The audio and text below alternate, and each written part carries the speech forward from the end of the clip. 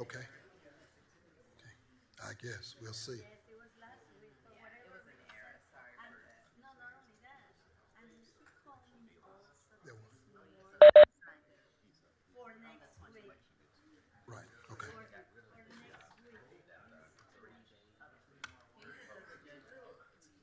I will.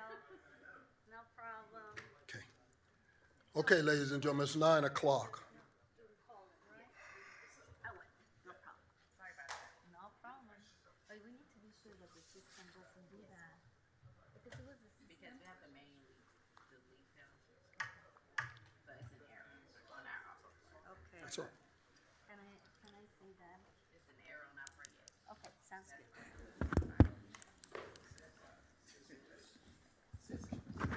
It's 9 o'clock. I'm going to call the Commissioners' Court to order. A quorum is present. All legal notices have been posted, and this court is duly called. Can I get a motion to close the court for the August term? So move. Second. Got a motion and a second. Is there any unreadiness? All those in favor, let it be known by the usual sign of voting. Aye. Those who are opposed, same sign. Chairs in the affirmative. Can I get a motion to open the court for the September term? So move. Second. Got a motion and a second. Is there any unreadiness? All those in favor, let it be known by the usual sign of voting. Aye. Aye. Those who are opposed, chairs in the affirmative. The ayes have it, is carried. Bailiff, will you please open the court? All rise. The Dallas County Commissioners Court is now in session for the September 2025 term. The Honorable Commissioner John Wiley Price presiding. Please remain standing for the invocation.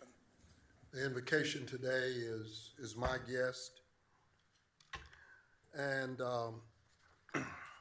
he's no stranger to us. And one of the things he always says at the end of the day, we're all going to have to come by him. That's right. Johnny Beckworth Jr.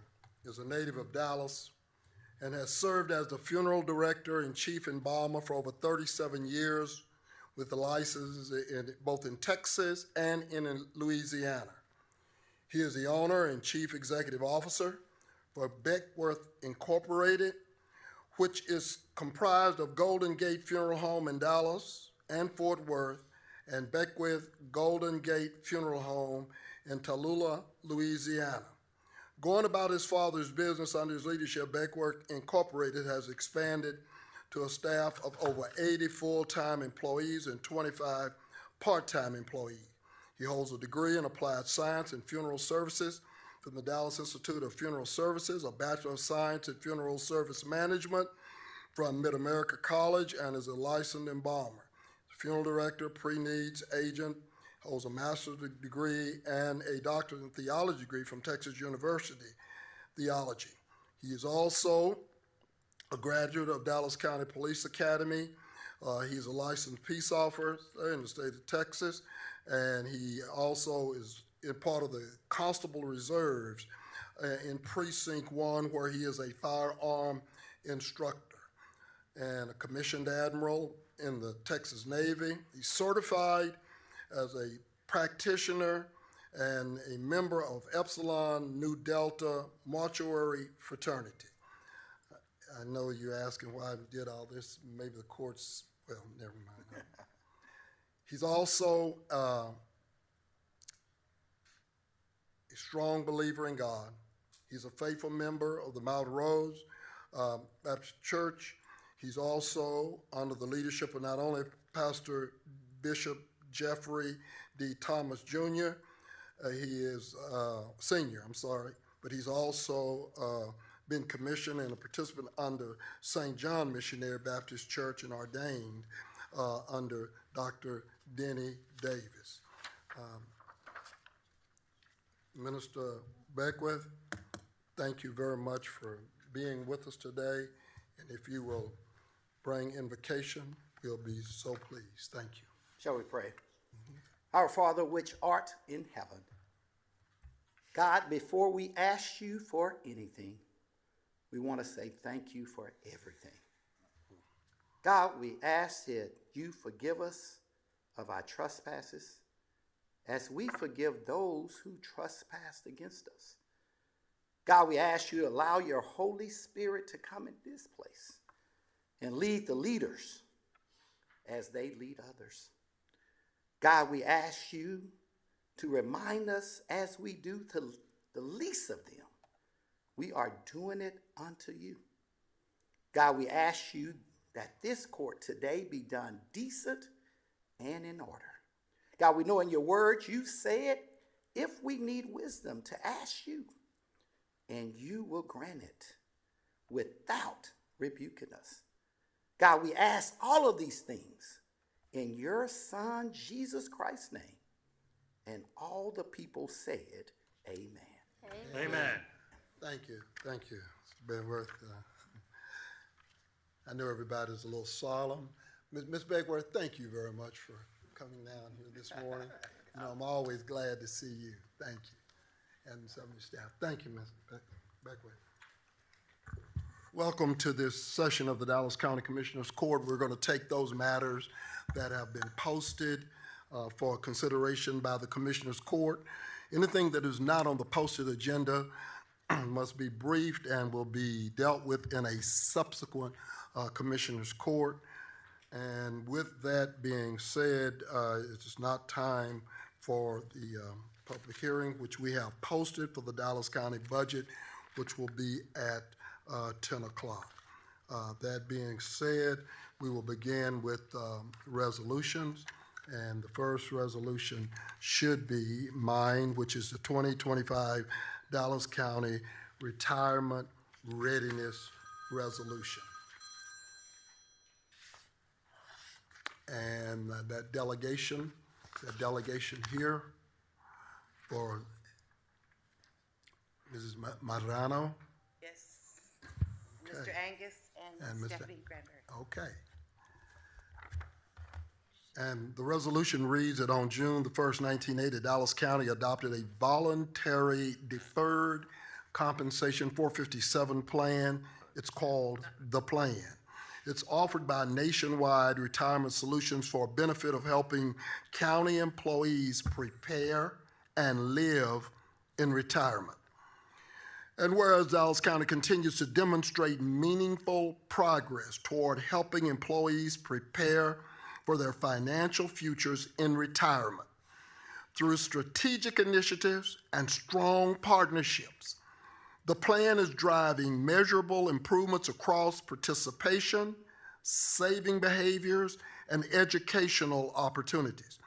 Dallas County has actively pursued auto-enrollment legislation that would further support retirement readiness for county employees.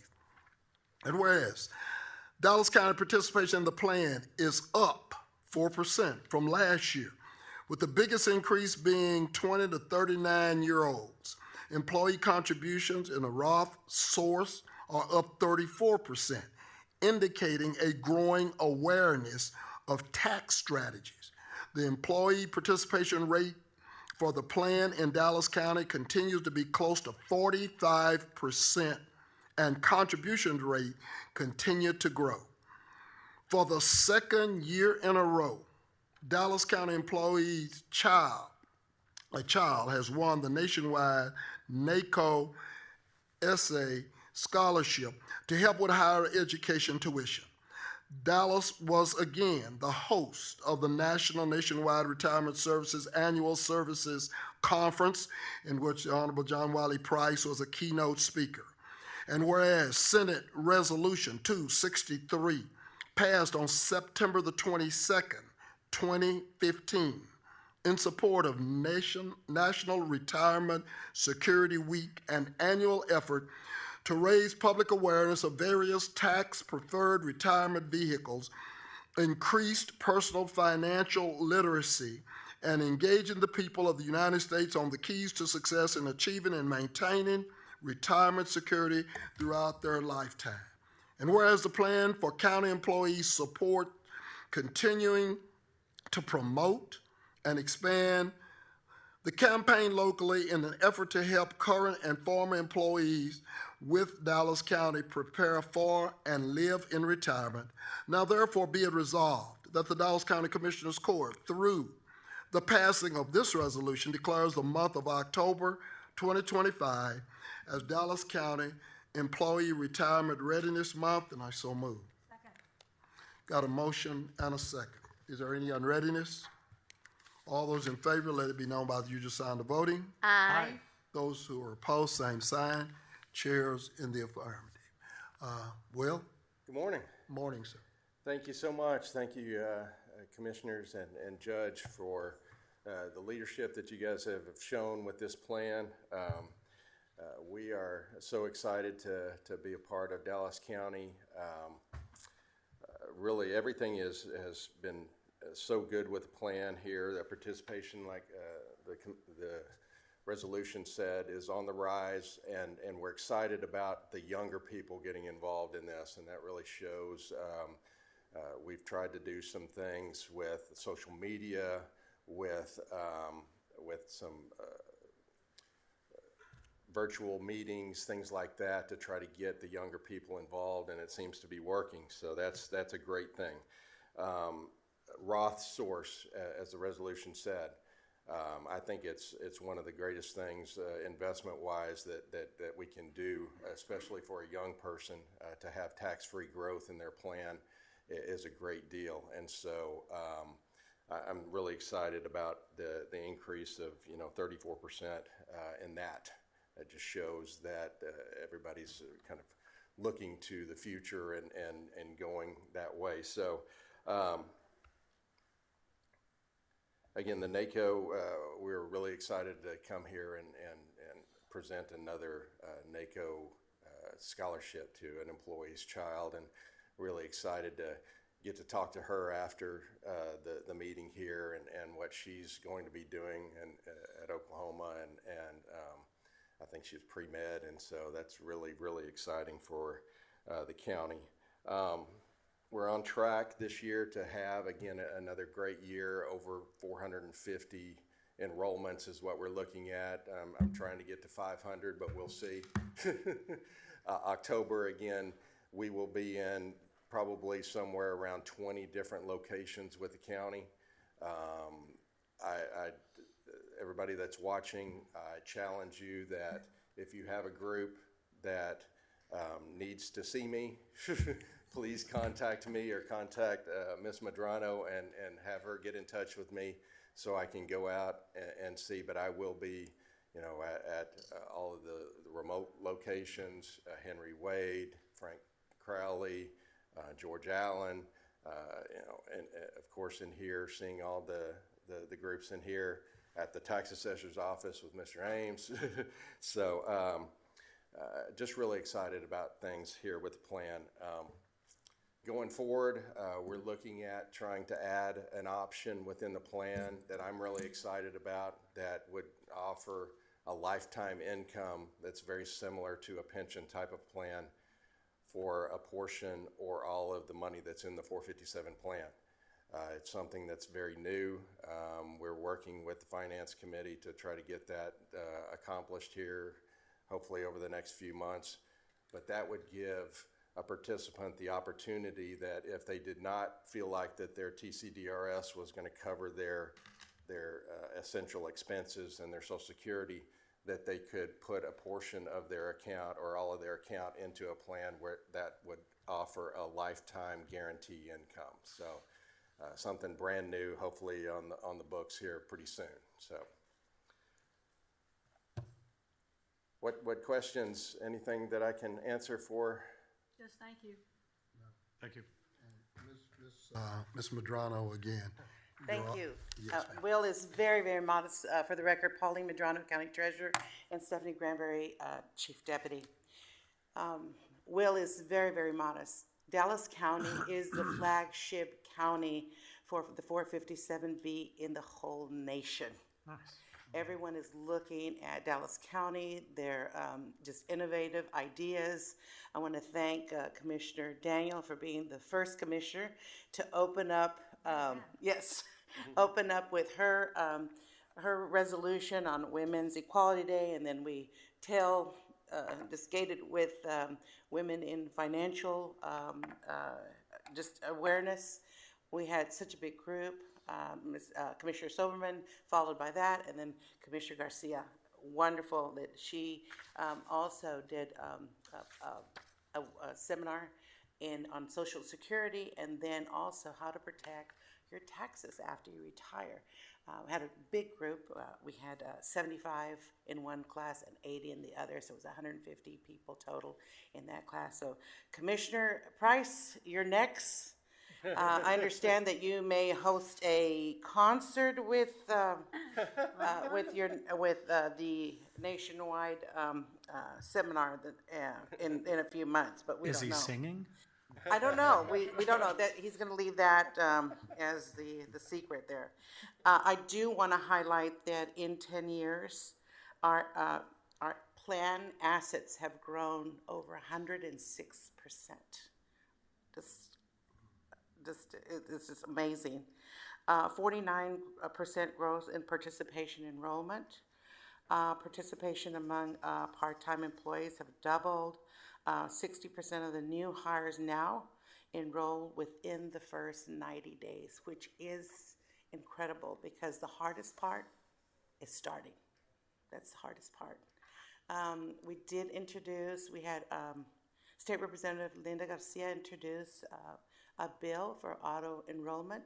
It passed the committee, it passed the House, and we didn't quite pass the Senate. Charles, great work there. We will try it in 2027 with some tips that Charles had picked up from the Senate side that we will introduce again in 2027.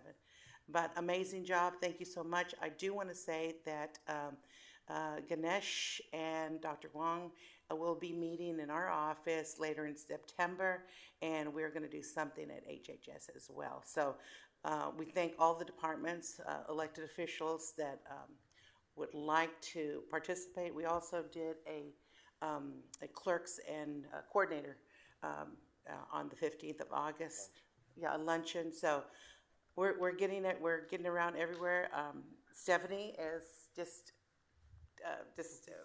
following along and leading in her part as well, all the connections that she has from working at the Commissioner's Court. So we're all in tune, we're all in lockstep, and I think we're doing a great job here at Dallas County. And thank you for your leadership, Commissioners and Judge. Thank you, Treasurer Medrano. I also wanted to say, that 100%, 106% growing assets. That is in how long? 10 years. 10 years? Okay. Thank you. Great job. Thank you. And again, Will, I want to take this opportunity to say that you were very bold. I got a chance to speak to your national audience. Yes. And I think you will attest that one of the reasons I was able to do that, Ms. Medrano, is because of where Dallas County is in terms of its leadership. I just want to say thank you. They seemed very receptive before breakfast and didn't get up and walk out. And I was a little. Woke 'em up, for sure, I was a little rough, but then I just want to say thank you. Thank you for that opportunity to speak before them. I Thank want you. to ditto on that a little bit in the respect that it's the importance of what we do in our jobs for Dallas County is paramount, but it's also keeping in mind that we are all people. The employees here, we will do our best while we are here as employees, but then also there's the reality that chances are better that we are going to retire at some point, and that we just really appreciate that you paying attention to both sides of that, what we do today and what we're going to need tomorrow. So thank you very much on the three of you for all that you do for Dallas County employees, and then in turn for all the people of Dallas County. Thank you. Thank you. Appreciate it.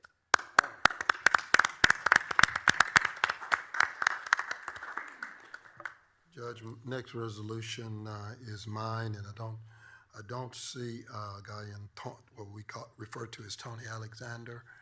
I did attend his retirement the other day from the Let's see, I can't see as well anymore. Let's see. No, that's not Tony. And don't know if I know he and his family were here the other day, but I want this resolution to be a part of the record. If you've ever met Tony Alexander, you're a very fortunate individual. He worked, he's a seasoned professional, and let me just put the resolution in the record. Whereas the citizens of Dallas County are fortunate to have seasoned professionals in key positions who are committed to a tradition of duty, integrity, and excellence in their employment. And whereas Guyan Tony Alexander is a native Texan born in New Delhi, India, the nation's capital, and graduated from Government Boys School there. And whereas Guyan Tony Alexander commenced his career with Dallas County Juvenile Department on August 20, 2005 as a light truck driver and received the department's Support Services Award in 2022 for his exceptional work ethic and unwavering dedication.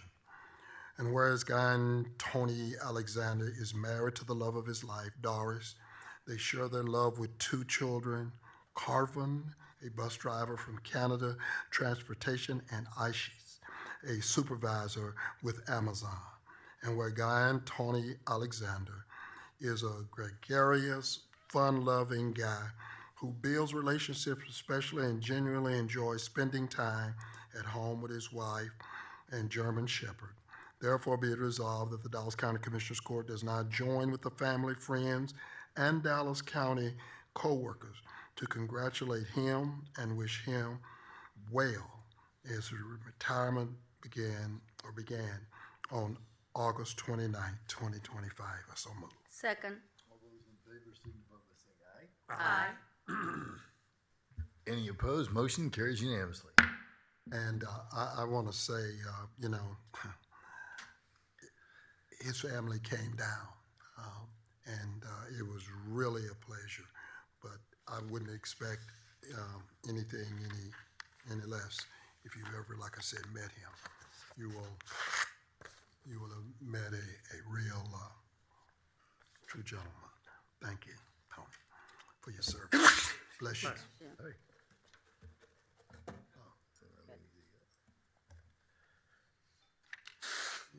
Thanks, brother. Sorry. No, you're fine. The next one is Marilyn Hopes. Didn't know if Marilyn Hopes, come on, come on down. The price is right. It's good to see you. Good to see you. Yeah, come on, delegation. Yeah, They want to take it. okay.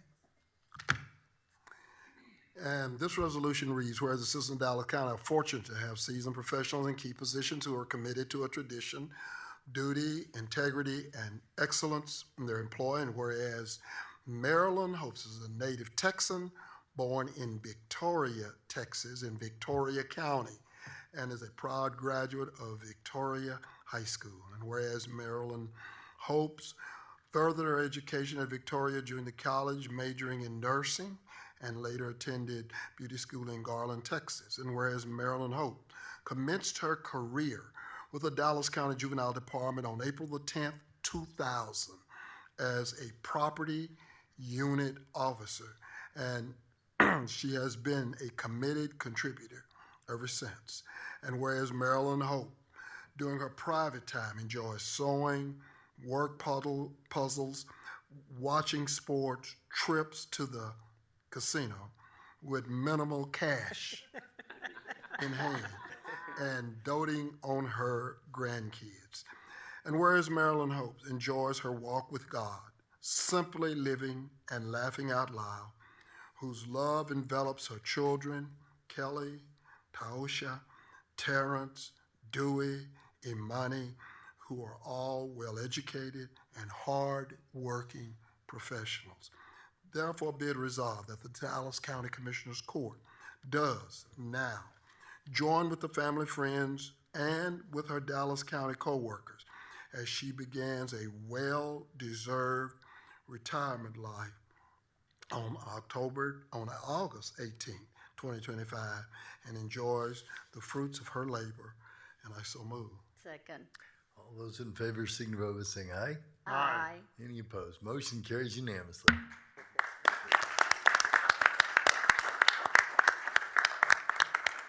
Let me, Oh, good morning Please. to everyone, everyone, Please. everyone, everyone. I thank God for being alive. I thank God for waking me up this morning. I thank God for letting me see faces that I've never seen before and probably will see in the future, since I won't have anything to do but watch people. I love people watching.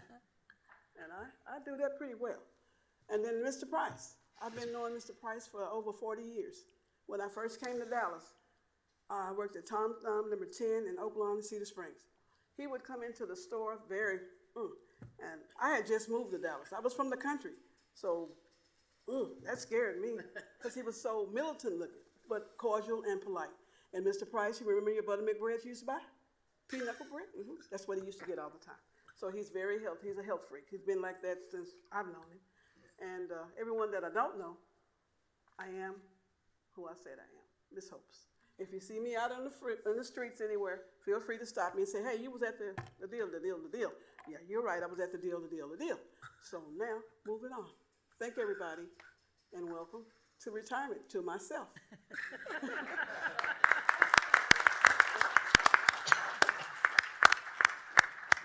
if you want to say something, Stan, now you just got here. Thank you, Commissioner Price, members of the Commissioner's Court. Before I even thought or dreamed of coming to Dallas, there was hope. And long after Ms. Hope goes into her retirement, there will still be hope because of the legacy that she's built. So although we've been together here just a few months, I do, on behalf of the Juvenile Probation Department, just want to wish her the very best. She has been a pillar of this department, and we will continue to stand on her foundation for years to come as we move forward. So congratulations. Thank you so much. Thank you so much. Thank you. Congratulations, Ms. Hopes. And now, thanks to the retirement, probably you're going to go gambling with some money, huh? Oh, just a little bit. The gentleman, Let's go to the casino. the gentleman who is with you? This is my son. This is Terrence. This is the only boy, young man. I have two daughters, and his son, and the other ones are their companions. And they're all very supportive of me, and they know I don't like to drive the freeways. So one of them's gonna drive me to the freeway. Nice. He had the job this morning. Okay. Good job. Driving Miss Maryland. Just congratulations. Yeah. And you get this week off, but I need everyone's help to find her something to do for next week. Thank you, Terrence. Thank you, Miss. Come on. We need- How many for the bid? Congratulations, Ms. Hopes. Remember that? I know.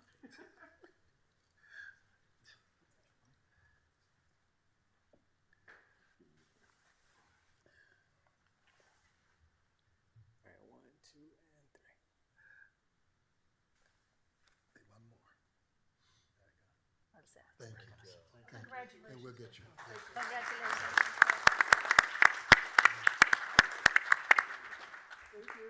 That concludes, Judge, my resolutions and Dr. Garcia's next. Thank you, Commissioner Price, members of the audience, colleagues.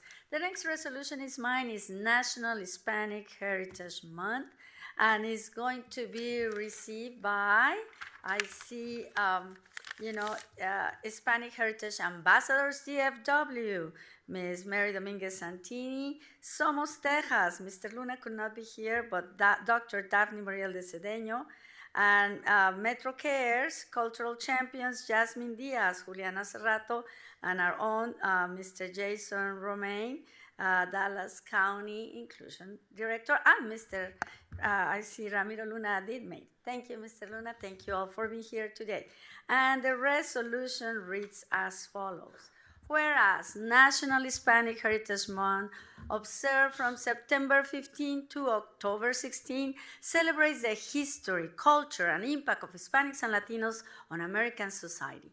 And whereas in the Chicano civil rights movement of the 1960s expanded awareness of the nation's multicultural identity, and in 1968, California Congressman George E. Brown sponsored legislation that led to the establishment of the National Hispanic Heritage Week under President Lyndon B. Johnson.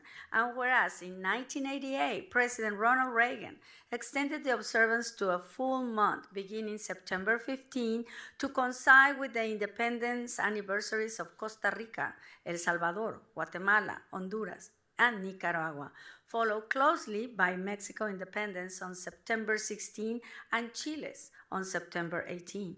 And whereas the terms Hispanic and Latino generally refer to people with cultural or ancestral ties to Spain and Latin America, reflecting a rich diversity of origins, languages, and traditions across more than 20 countries. And whereas, according to the U.S. Census Bureau, Vintage 2023 estimates Texas is home to over 12 million Hispanics and Latinos. In Dallas County, approximately 1.8 million residents, 41%, identify as Hispanic or Latino, many of whom have greatly contributed to the cultural vibrancy, economic growth, and community life of the region. And whereas in 2022, the U.S. Latino gross domestic product reached $4 trillion, meaning that if the Latino population in the United States were considered a separate country, their GDP will be the 5th largest in the world.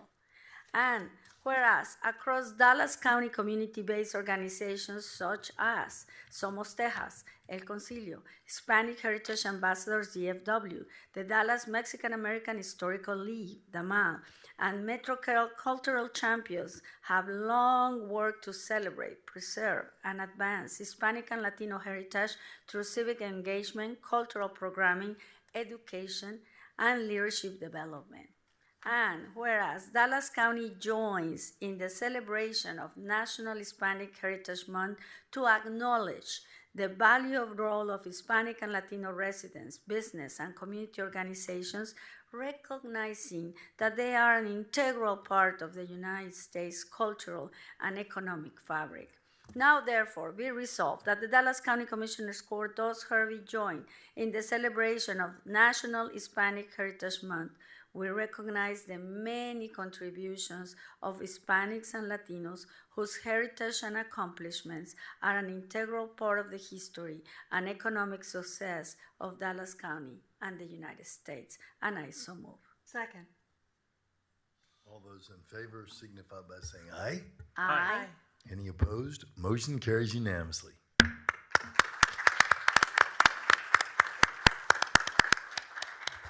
Ms. Mary Ramiro or any of the...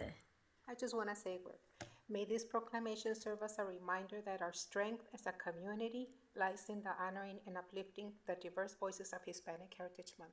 I thank you all very much for this recognition. Thank you. It is a great motivation for us to continue moving forward, continue showcasing who we are, what we bring to our cities, our community, to our nation. Muchas gracias to each one of you. Gracias. Thank you, Mary. I appreciate it. Thank you. Ramiro, you want to say? Thank you, Commissioner Garcia, for this resolution and representation. My name is Yasmin Diaz. I'm Metro Care's Community Outreach and Public Affairs Coordinator, and I am accompanied with Juliana. She's one of our clinical managers here at Metro Care, and we are proud members of Metro Care's Cultural Champions, where we ensure we highlight significant days and months that bring together individuals we serve and our staff. So this resolution is important to Metro Care and myself as we continue to fight the stigma revolving around mental health care in the Hispanic community, to let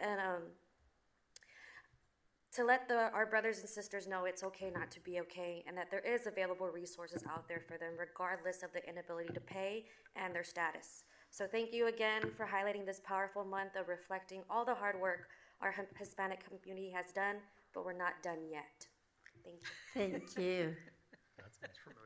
Thank you so much. As Executive Director and co-founder of Somos Tejas, we received this resolution with great honor. As an immigrant, somebody who's been undocumented, I want us to be reminded the impact that the immigrant community plays in the fabric of this nation and this city and this county.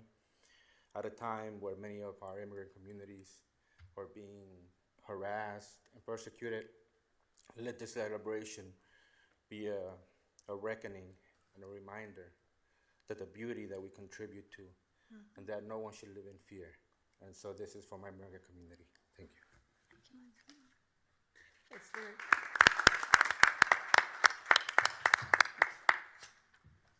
Good morning, Judge, Commissioner. Thank you for the resolution.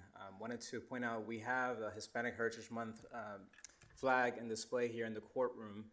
It's been up there for a couple of years as well. But yeah, just to continue to celebrate our many different Hispanic cultures. And I wanted to mention I forgot to mention my name. I'm Jason Romaine, Community Impact Officer for Dallas County.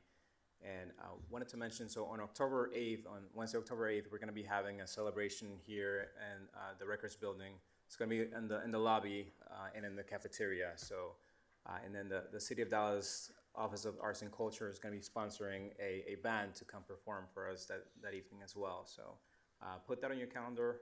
That's Wednesday, October 8th. Thank you, Mr. Romaine. That's it. That's it. Let's take a picture.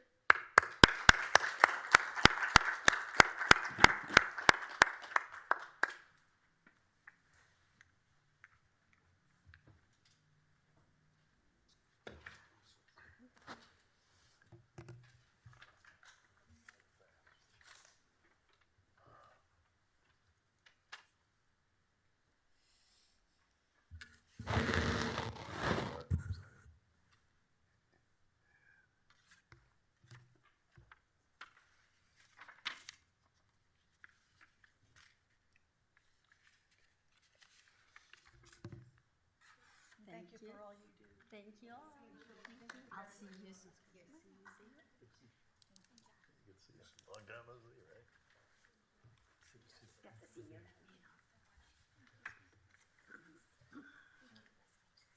Thank you. We are stronger together, as they say. And by the way, I had the privilege, Saturday night of accompanying a group of Dallas County employees where Jason's wife Lorena was honored by the Mexican American Bar Association for her great work with children, which is expanding. I think it's in Texas and other states, and now expanding. This is something she founded to California now. So great job. He was the babysitter. He was at home studying and taking care of the 3 kids. Great job with your family there.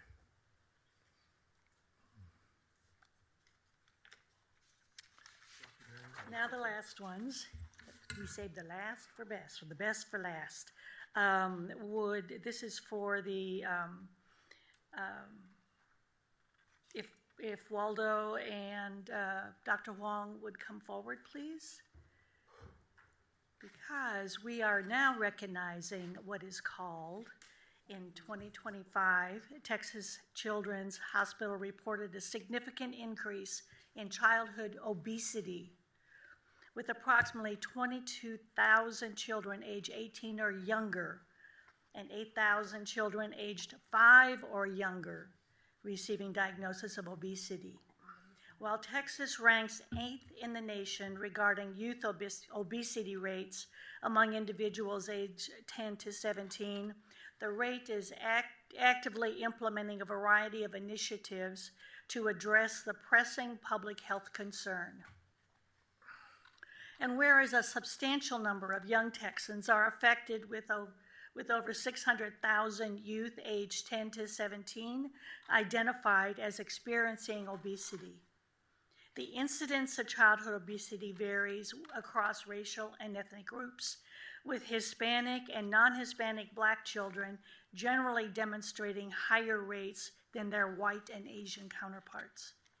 Notably, data from the 2022-2023 period indicated that non-Hispanic Black children exhibited the highest prevalence of obesity at 23.5%, followed closely by Hispanic children at 22.2%, while non-Hispanic Asian children reported the lowest prevalence at 10.6%.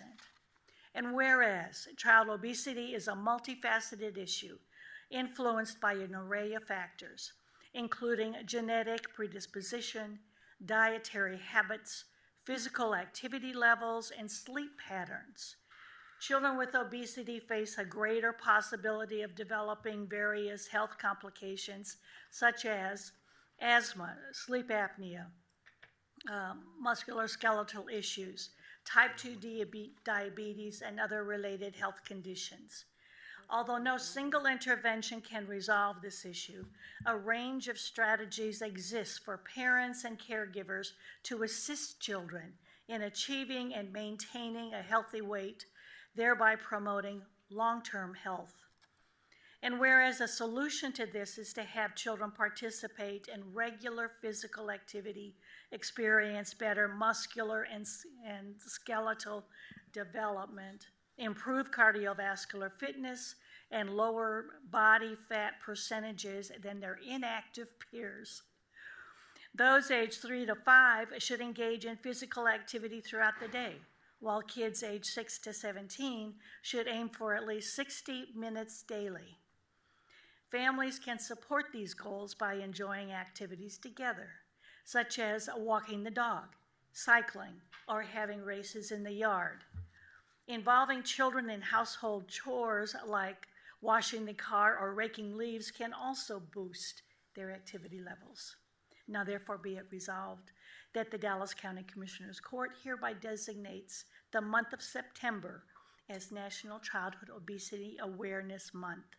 The court affirms its commitment, along with its partners, to promoting awareness and advocacy regarding this critical public health issue and its implications for the residents of Dallas County, and I so move. Second. All those in favor signify by saying aye. Aye. I heard all four voices. That carries unanimously. Dr. Thank you, Fong. Commissioner Daniel, for the resolution. It is an important problem that we're seeing in our community and statewide and nationally.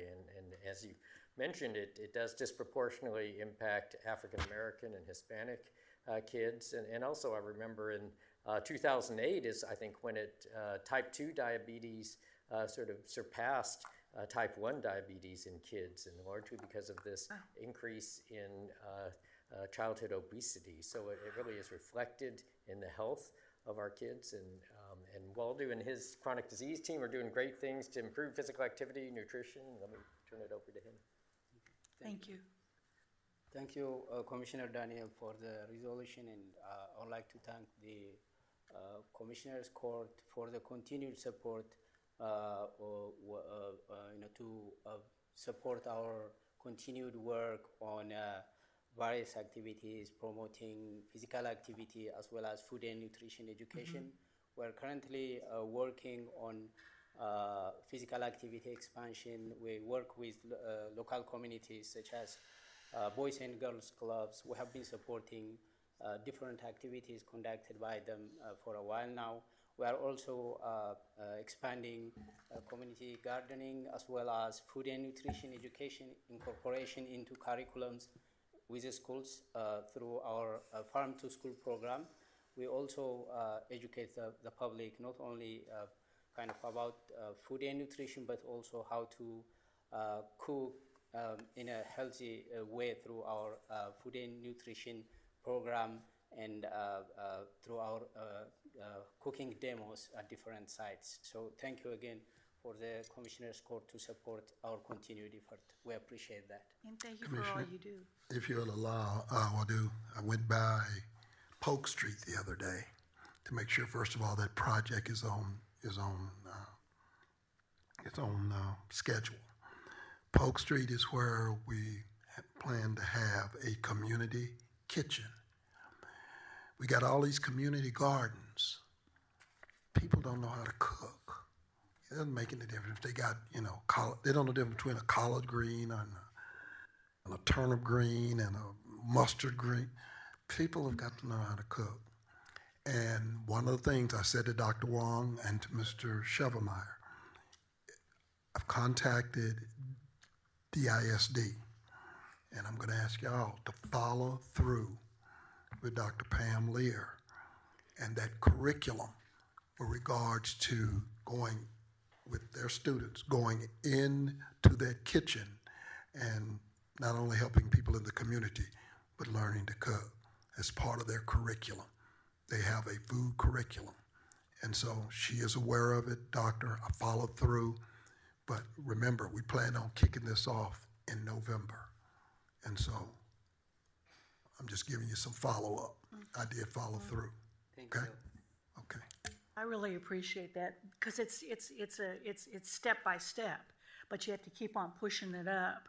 And part of it is, you know, it's the two parts. It's what you eat, but it's also what you do.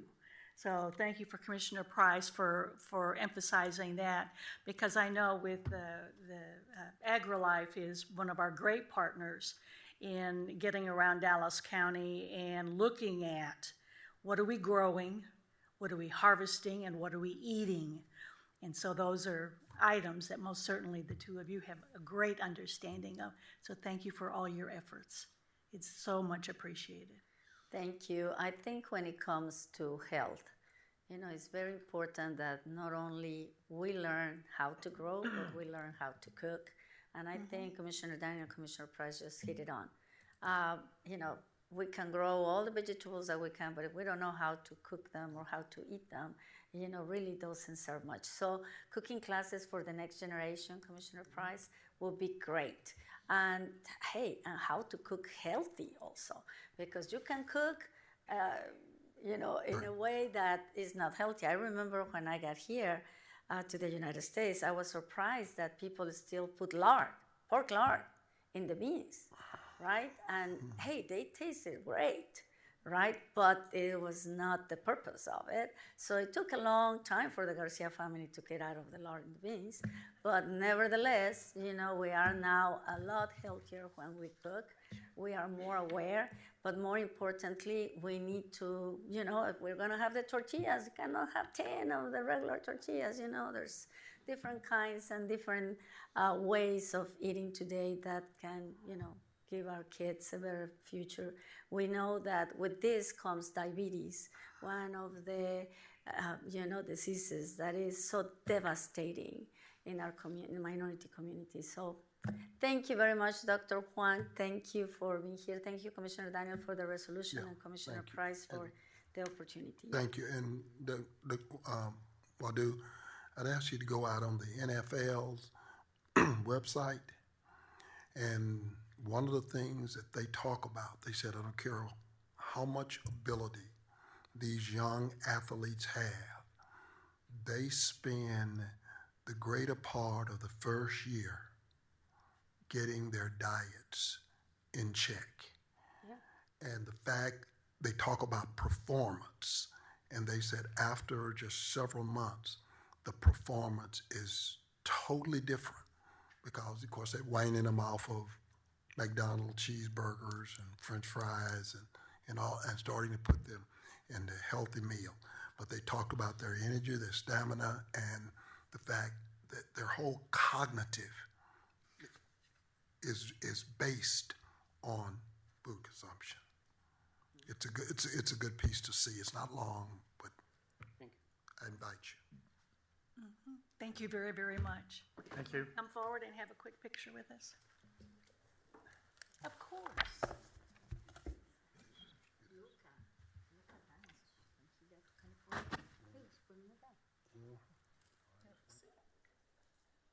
One, two, three. Thank you. Thank you for all your efforts. Thank you. Thank you so much.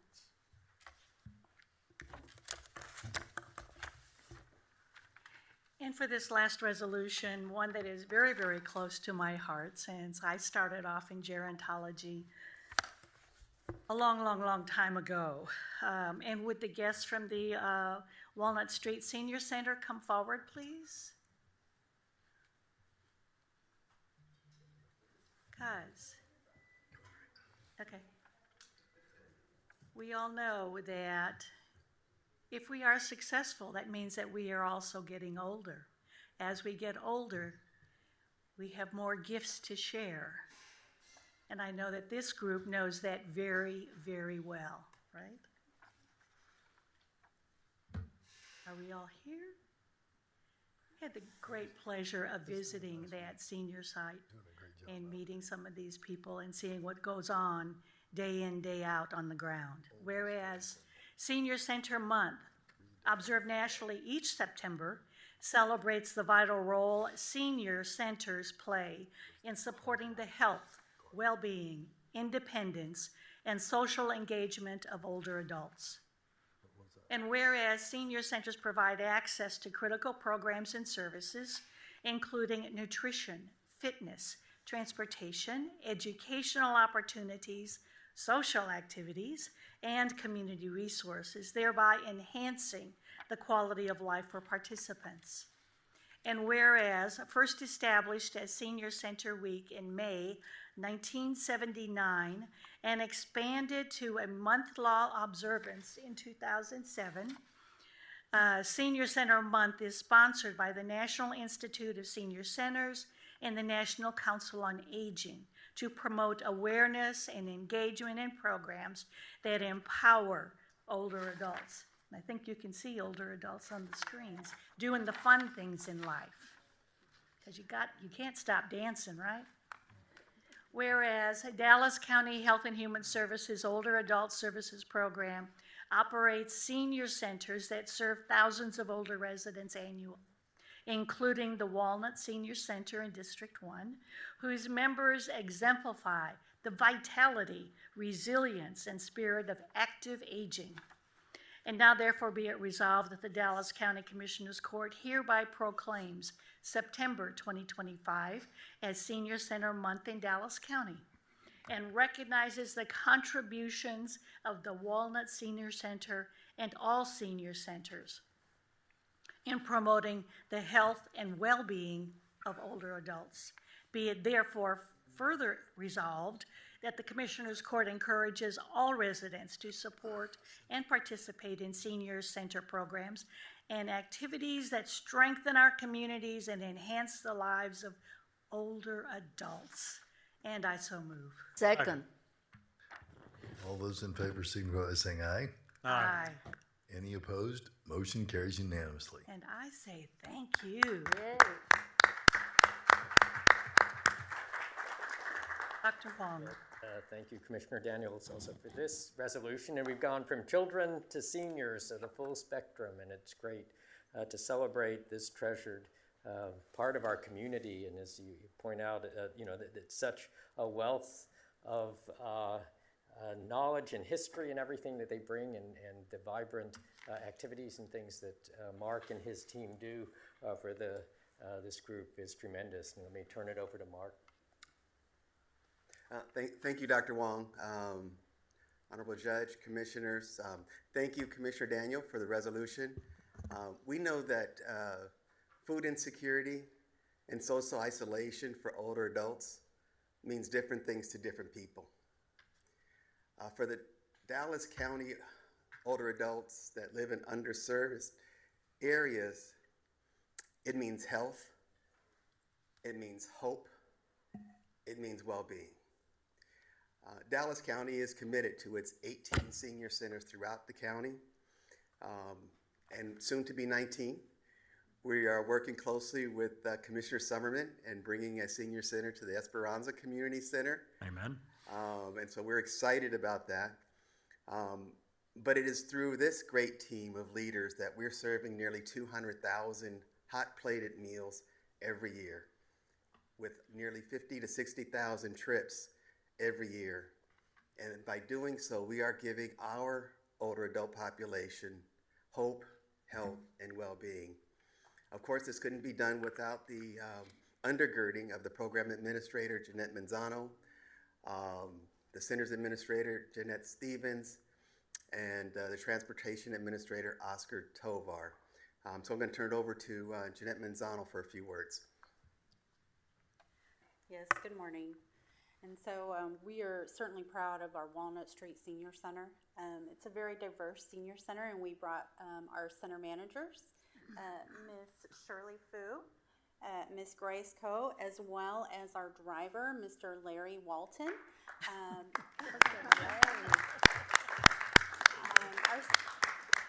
Our center center managers have been committed and worked 14 years in the senior center, and we have a committed driver who has worked 7 years. And may I tell you that again, these staff have never called in because they are committed to serving our older adults.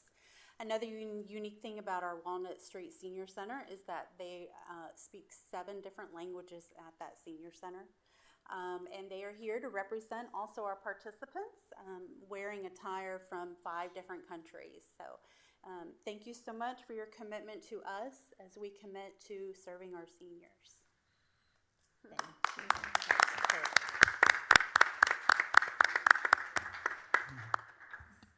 She said no. A few words. She said no. But I do want to say, Dr. Wong and Mr. Edwards, I know during COVID, your drivers, they were just unbelievable. People were basically sheltered in. We were getting products that needed to be delivered, and we were having a difficult time. Your people stepped up and delivered those products, and may you rest in peace. Pete Schenkel and that whole group helped us get all kinds of products, milk and stuff that we needed to be able to get to that population. And he specifically said to the senior population, and your people delivered it. And I just want to say thank you. And I also want to thank Commissioner Daniels and all of you for being here today. It fills my heart with joy to see that Dallas County takes care of the vulnerable populations. We just talk about children, and now we're talking about seniors. I want to congratulate Mr. Edwards, Ms. Manzano, and the whole team because always ready to help, always ready to pull the strings that need to be pulled, like Commissioner Price just mentioned, in time of need. We just heard, last week that one of our senior centers was going to close one day before they closed. And his team, Mr. Edwards, was there looking at different locations, looking at different, places where we can continue the services for our seniors, which you can imagine they were all distraught because just to think that they were not going to have a community center to go for an unlimited time was scary to them because, like you all mentioned, socialization, meals, just being able to live out your house and have fun with your friends, with your community, different ideas, different topics, is very important. And as I see my mother being 90 years old now, I know how important it is for her to see her friends, to go ahead and talk of what's important to them that day, to have a meal when they can feel love, even when their kids are not there, even when we are far away and busy. But it is important. And to all our drivers, thank you for going and get them with love and passion and patience sometimes as well. And I know that facilities is doing their best always to be sure that all our buses are top notch and in excellent condition so you all can be comfortable and, more importantly, safe. Thank you. And, thank you, Dr. Juan, for all you do.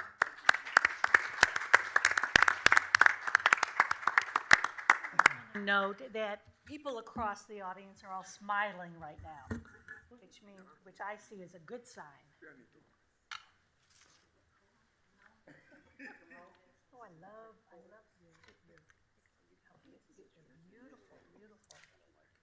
I don't need flowers. I'm Thai Vietnamese. You can get it right there. Yep. And what is that, the tiger? Excellent. Is having trouble finding a spot? You can keep going. There you go. I don't want to get in your way. Come on.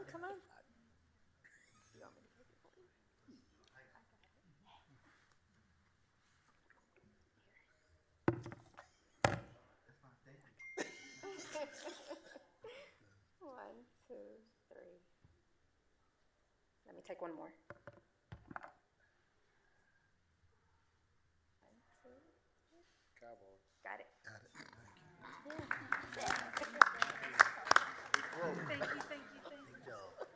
Thank you, ma'am. As always. And I appreciate you. You're driving that nice. Thank you. Well, it's gone. I saw one of the Judge, last. it's Thank you. It's so Judge, point of personal privilege, of course, it's 10 o'clock. I did announce that That's right. for the hearing. Thanks. Mr. Crawford, to you and your staff, I want to say thank you. Speaking of seniors and something that we don't like to talk about, and especially in certain communities, African-American people don't want to talk about no end of life planning. It's and so let me just say, last week we had a packed house at Cliff Kahili in Mesquite, standing room only. That's number one. And facilities is going to help me with that microphone. But we had a packed house, and we had a ton of people online. So to your staff, Mr. Jason Ramon, my staff did an excellent job. We had hundreds of people, and we've had requests to do this again. But one of the things that came out of that, and I want to say to Miss Michelle Ford, she sent me a report on the real estate and legacy, what's going on in Dallas-Fort Worth. Last year, 10,000 homes were lost at a rate about $2.5 billion. Most of that was in the southern sector. So I now have that report, and I just want to say thank you. But the requests are coming in for us to do this estate planning again. And so I just want to say thank you to your staff. Ms. Wilson was there, of course, Mr. Jason Ramon, and my staff helped coordinate it. So I don't know how many are going to have it, some future ones, but I I had want it you on to. Saturday. Huh? It was at RNB 1 on Saturday. Well, we had over 100 people just in the building, and then we had a number online. So I don't know how many you had on Saturday.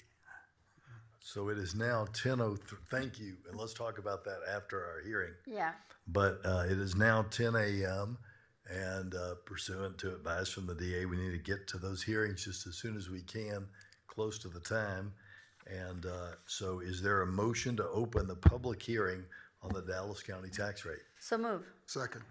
All those in favor signify by saying aye. Aye. All right, that motion carries unanimously. Dr. Watkins, are you going to walk us through the budget? Yes, sir. For the record, I wanted to restate the tax impact statement that's new this year, that's on the agenda. There was a flip in the calculation, so I want to make sure that is updated in the record. So I'll reread it. The fiscal year 2025, tax year 2024, adopted tax rate of 0.215500 per 100 value on the median homestead taxable value of $231,333 resulted in $498.52 on tax on the median homestead. The proposed fiscal year 2026 tax year 2025 budget based on the proposed tax rate of 0.222188 per 100 value on the median homestead taxable value of $247,900 will result in $550.80 tax on the median homestead. The adoption of a balanced budget funded at the no new revenue rate, NNR 0.213218 per 100 value on the median homestead taxable value of $247,900 will result in a $528.56 tax on the median homestead. So this is a new requirement as far as effective September 1st. Thanks, Chief Nicholas, Mr. Reed, and Mr. Ames. Making sure it's updated, and it has to be posted. But I and think we again, did post it. It was posted. Yes, sir. The But corrected number? This is a correction because it Yes. was of 550 and went down to 526. $528.56. 56 cents, correct. And that's what's been posted, right? Yeah, and if you note, and on that, even at the no new revenue rate, which is a rate where normally a median home would theoretically not see a tax increase, they see that this year because the legislature passed a big tax break on business personal property taxes. And because the money has to be collected to run government and there's this tax break for businesses, there is a higher burden state mandated by the state, not the county in that place. If it were the county doing it, then you wouldn't see an increase at the no new revenue rate, but you see a significant increase even at that rate on a homeowner. Correct. The fact of the matter is it's the shell game, and we haven't even talked about it, and we'll get into that. The unfunded mandates that the county is having to deal with, and that's what I'm going to try to do is prevail on my colleagues. I mean, at the end of the day, we can't continue to try to operate at, you know, these so-called, I'm going to call them artificial rates, when we're being mandated and the state is not showing any sign of giving us any relief with regards to that, whether it's that That wasn't you, sorry. Sorry about that. My computer screwed up again. Okay, so, yeah, so I'm putting that out there before we get into the particulars of this budget. I know this is just the first hearing, but I'm putting it out there. I had a question, Dr. Watkins. You did correct it. What was the mistake here, the new non-new revenue that the judge just talked about? Then the link takes you to the proposed budget, the Dallas ma'am. County, and over there is correct, Yes, right? ma'am. It was the error was not there. Yes, ma'am, that's correct. So it's been updated. Yes. And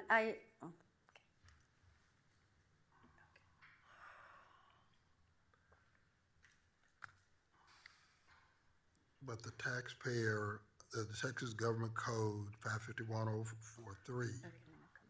Oh, I'm sorry. Okay, so yes, ma'am, it was updated on the link. So the link that's included in the posting is updated on the website. Okay, thank you. Thank you. And last question, Doctor. So, and that is the current tax rate, the one that we have this last year. Yeah, so the calculation is based on the 2025 adopted rate, which was our current rate, 0.215500. Perfect. Thank you, Dr. Watkins. So this is just, No, go ahead. okay. So this is for the budget, the first part of the public hearing, just to set it up for you guys. This is, and you've seen these in different graphs, just to update it, the established budget is with the current tax rate, 0.215500. If voter approval rate is approved, then this would increase this budget by 21.47 million. Okay, but the way it's set up now, it's for $828,270,635, which public safety is 44% of this total, 26% is justice administration, and then public welfare represents less than 1%, general government 25%, health 5%. And we're certain that voter approved rate is 3.5%. The reason I'm asking is I was looking at the Parkland numbers with Parkland, and if they keep it at the same tax rate as last year, that's more than 3.5% for them. So we're good. Yes, sir. Parkland's under a different criteria I than know Dallas they are, but that would be in excess. Parkland's leaving it at the same rate would be in excess of 3.5%. So are we sure we got our number right? See what I'm saying? I asked for that over the weekend, Judge, and I was assured. I asked for it again this morning, and I was assured. Yes, sir. Correct? Okay, and I was just thinking thinking out loud here, but how could that be? If Parkland is taxing the same homes as we're taxing, same businesses, blah, blah, blah, as we're taxing, and if they leave their rate in the same spot, it's over 5%, how could, if we raise our rate, it be 3.5%? So it's a calculation that's performed by the tax office, and it takes different things into consideration when they're calculating the total rate for the different entities. So Dallas County and the Parkland is not going to have the same items that's included in the totals. Exactly. Okay. And again, Judge, I asked that over the weekend and was assured again this morning that that is correct. Once you establish the no new revenue rate, that is the basis from the 3.5%, all 10 pages. Am I right, Mr. Reed? Yes, sir. Okay. So.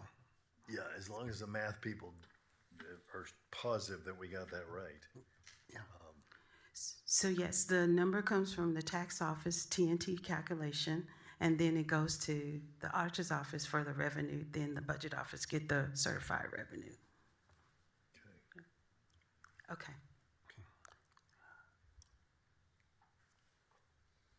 So this represents 75% of salaries and benefits and 25% of operations, representing 6,047 employees. This does include the unallocated reserves in the total of 4.2 million, but during FY 2025, we created the emergency reserve, so this is outside that number, 10.5% reserve policy. So we do have a different account for that. Historically, we included it as part of the budget, but now we have a separate account. Yeah, you made that clear. So the current rate was included in the current tax rate if the consideration goes in this direction, 0.215500. And you saw this during our presentation. It's just a recap of it. It includes programmatic items of baseline adjustments, 20 million, and then the cost of living adjustment for elected official, structure increase for non-law enforcement, law enforcement structure increase, judicial supplement pay, and that total is 37.1 million. Then there were additional options for consideration, but there was no amount of revenue to cover those total. If the Major Capital Development Fund, this is based on the estimated current tax rate. Facilities CapEx project, 33.6 million, and Public Works, 28.8 million, and 62.4 total allocation for Major Capital Development Fund under the current tax rate of 0.215500. For the Major Technology Fund, based on the current tax rate, information technology, 82 million allocation, and then capital projects, 2 million, for an estimated total allocation of 84 million. And working with Ms. Tran and her staff with the recommendation for vacant positions for information technology to be phased in during the quarters of FY 26 through FY 2028. Voter approval was included. This was the max rate that. Hang on, before you leave the flat rate, I didn't see any mention made of housing forward or homeless budgeting at all in the prior budget, the one with the flat rate. With the current rate? Yep, current rate. So housing forward is not included in the current rate. It's not included in the total, but there is, of course, the bridge is still concluded based on our community contracts. Yeah, I asked this question, I think, on, I don't know, Thursday or Friday, and I thought 2.5 million, the same from last time was included. So 2.5 was what was approved as part of this year's budget, and it was on your last court. And that was approved to move forward. Based on when they'll be doing the project, it'll go this full year. So it's 2.5 million that from the date of the approval in August through next year, they'll have those funds. Wait, but I it's don't not in addition to, it's not an additional amount. Okay, so as I understood it, last year, we put $2.5 million in the budget for Housing Forward. We have a flat rate. In other words, shouldn't be too much of a change in last year's budget. But you're not having the 2.5 million in there at all for Housing Forward. Do I have that correct? 2.5 was included as a swap as far as ARPA, so it was not a part of the original budget. So It was in addition to the original But budget. let me see if I've got this right, because I think I understand it. Dana and I were talking about this, and so I think now I get it. So about a month ago, we ordered 2.5 million to them, which they obviously are not going to spend before October 1st. So that 2.5 million will go to next fiscal year. Correct. What you're saying is in the budget of 2026, there is not money to either put an additional 2.5 million in, so for 5 million total for next year, or to put money in at the end of the year or 2027. The total amount of money, if we pass this budget this way, unless we find more money, is the 2.5 million we put in last month for next fiscal year. Yes, sir. Okay. There wasn't an additional. I did not understand that correctly or completely on Friday, but I understand what you're saying now. I will not be voting for any budget that doesn't include finances for the homeless. It is essential. It decreases crime. It decreases the amount of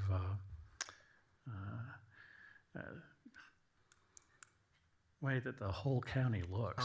It's called But then VAR. let's clarify, because I thought you just said that in fact it was included in the budget. For Not- 2025. But not 26 for the flat rate. There are no dollars. 2025 to be spent by In them in 2026, yes. So we just got it approved last Last court. And so that, they're not gonna spend that total amount for I will not vote for a budget that does not include Well, homelessness in it. you got. Sounds like it is included. It is not. Well, they're gonna spend it during 2026.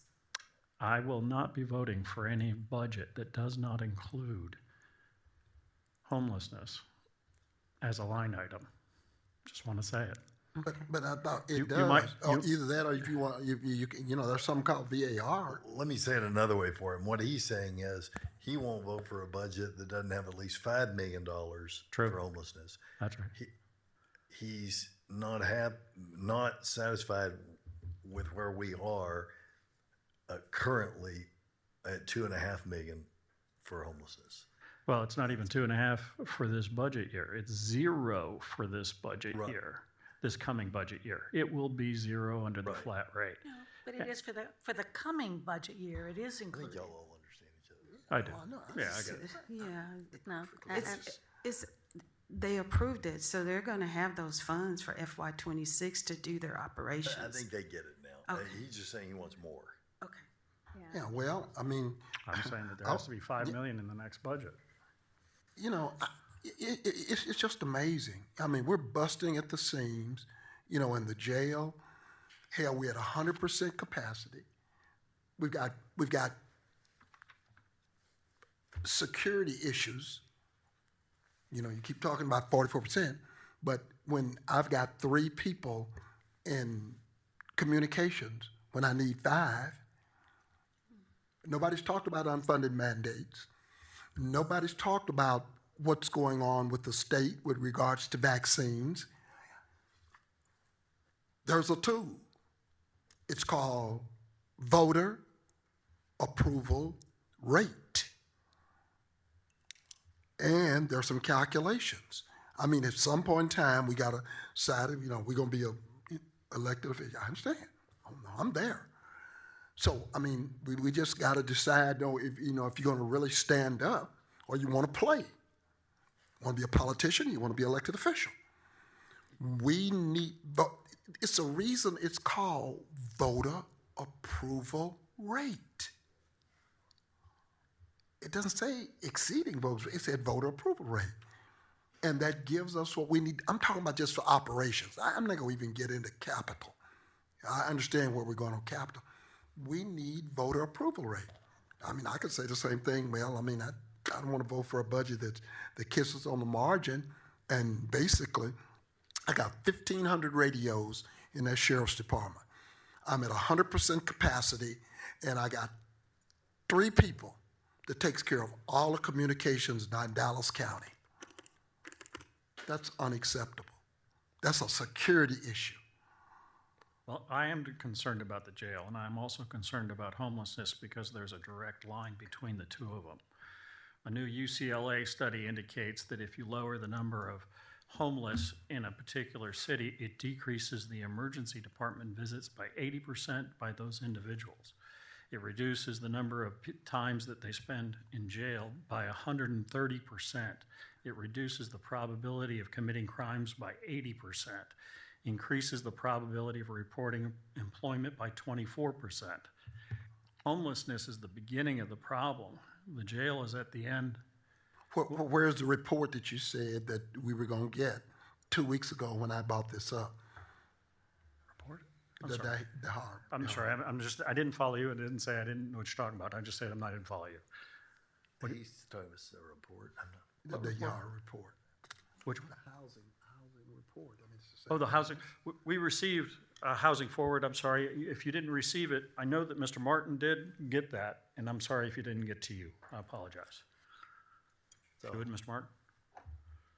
I do have that budget for 2024 and 2025. But not just the budget, the metrics that he was just talking about. He began to espouse some metrics. And are those metrics associated with Dallas? No, UCLA is in LA. So my point is, how long have we been funding Housing Forward here in Dallas to the tune of what? Not just Dallas County, all of us. What we got, 30 million, 40 million? So what has been how long has that been going on? Number one. Number two, where are the numbers? It's been going on since ARP, since COVID, so about 5 years, I believe, we've been funding. Okay, and where are the numbers? That's what I'm asking for. That's what I asked for a couple of weeks ago. Where are the numbers? I'll get those for you, Commissioner. Okay, so, then that way we get a chance to do an apples-to-apples comparison as to what's going on, in this community versus, UCLA, Well, and I just want to say, I want to thank Dr. Watkins and Ms. Foster Allen for this presentation. I know Commissioner Price is right about the jail. Definitely, we need to be sure that that is one of our county duties, that it has the funds to operate the best we can. And obviously, Commissioner Summerman also has a point about homelessness. We need to continue to decrease the amount of homelessness in Dallas County. But there's also some constraints, and that's called budget. That we just have a certain amount of money if nobody wants to raise taxes. So, and I think that's the big issue here. Nobody wants to raise taxes. But isn't that part of the reason we're having this discussion right now? That is to correct. talk about the budget, to talk about the items that we ought to consider either increasing or decreasing. So I see this as, let's take it, put it into our head, put it into the full calculations for what our upcoming budget is to be and what is the correct level, considering the issues in our community between the jail and homelessness. And also, just finishing my thought, where, Mr. Bazan, this puts us with the goals of Dallas County for housing. I know that this, like Commissioner Daniel says, is a conversation to ask questions. I know the county has a goal of 2,000 additional housing units in 2030. Where does this put us at that goal? Dr. Garcia, that program was fully ARPA funded. There's no general funds going towards that initiative, and I don't believe there's any funds in this budget for housing, other than the grants that Mr. Tamayo's department gets for replacement housing? So we're trying to move forward with what we have, in some of our goals. I wish that we will have unlimited amount of money that we can have to be sure that everybody gets what they wanted.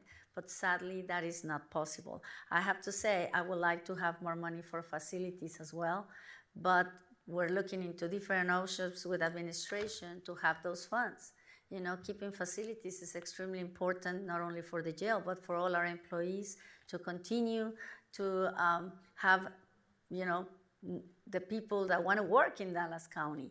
So I know it's difficult every single time we come to budget planning. We all would like more. I know that I asked Dr. Watkins to look into mental health for Dallas County Jail.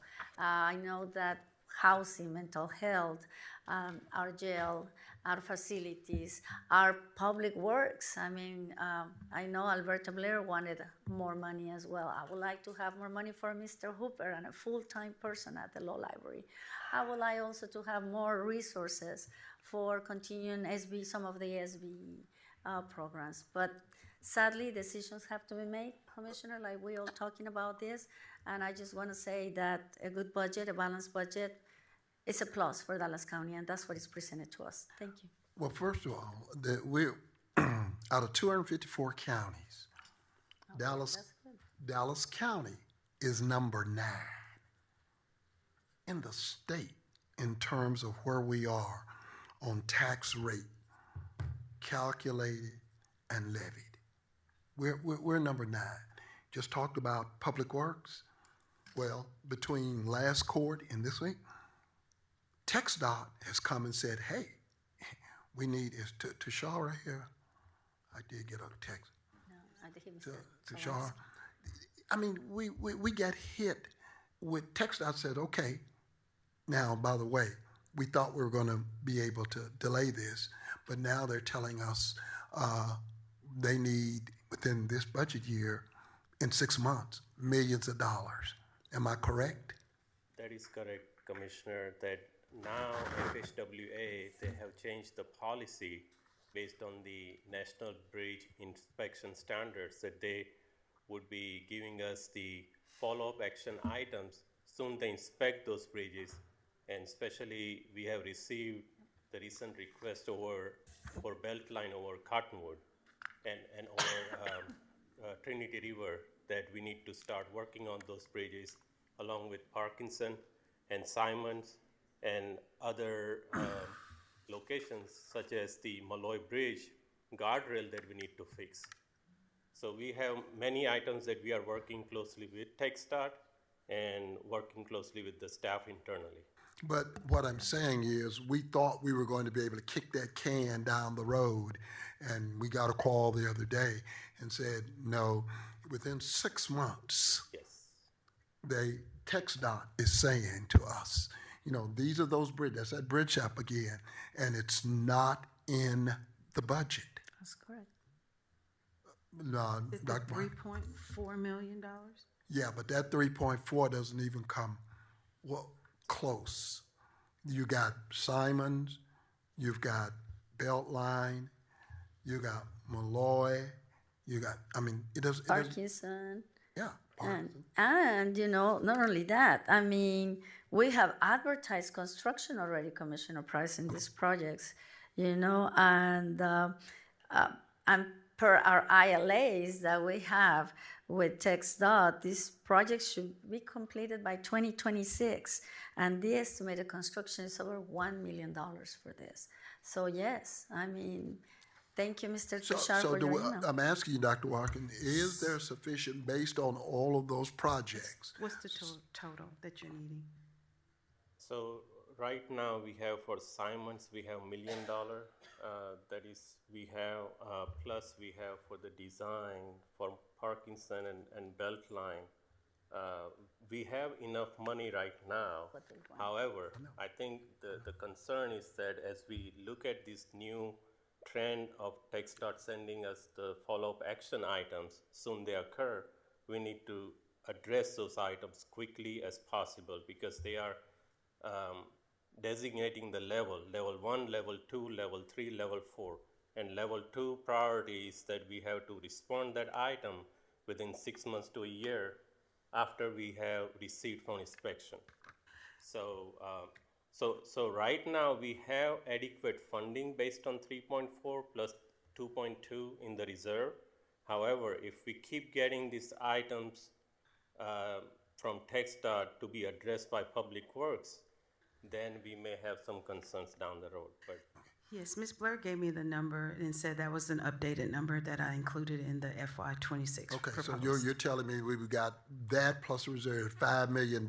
Yes, sir. Will get us there. Is that what I'm hearing? Based on what we have now, he's basing on something that may come up. yes. For the additional 2.2. So what Dr. Watkins is saying is that we got the 3.4 in the budget, but we will add the 2.2? It's there. Okay, the It's whole all amount. there. Okay. With reserves. That was my Yes, question. ma'am. Thank you. So okay.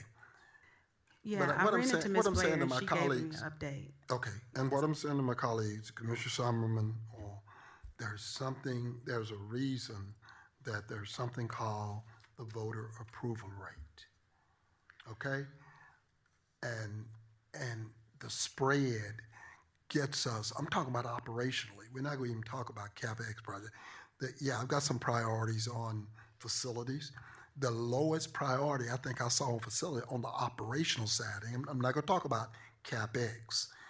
If something goes down in that jail, the lowest priority I think I saw, and I saw Mr. Cherry earlier, Mr. Bazan, was about $6 million. That was $6 million. There was a medium, Daniel, where are you? He was here. He was here. Okay. They sent you a prioritization list, he did. which focused in on the approximate 30 million, the new budget number given, and it was all detention focused. It was either jail or Henry Wade. Okay, so nothing else. If the other buildings go down, they just go down. With the county's duty of care and custody, that has to be the priority.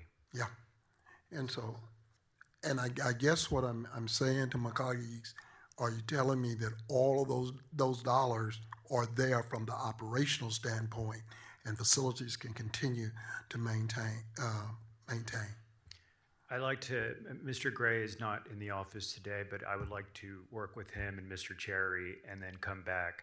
I believe they have a committee meeting coming up to talk about the CapEx program and its impact with the current budget, and we'll go over all the details No, there. I get CapEx. I get CapEx, and I think Mr. Martin and even the court, we've talked about maybe a different kind of silo. I'm worried day-to-day operations. Over the weekend, about things like power out, like the. It's natural. I'm talking about things like I said, we had 100% capacity. Mr. Cherry, I see you're here now. That the hot water went down in all the West Tower, and you know. As you continue to defer maintenance and you have aged infrastructure, I mean, that is going to be more common. Exactly, but we got to respond to it, just like the water pumps and all that.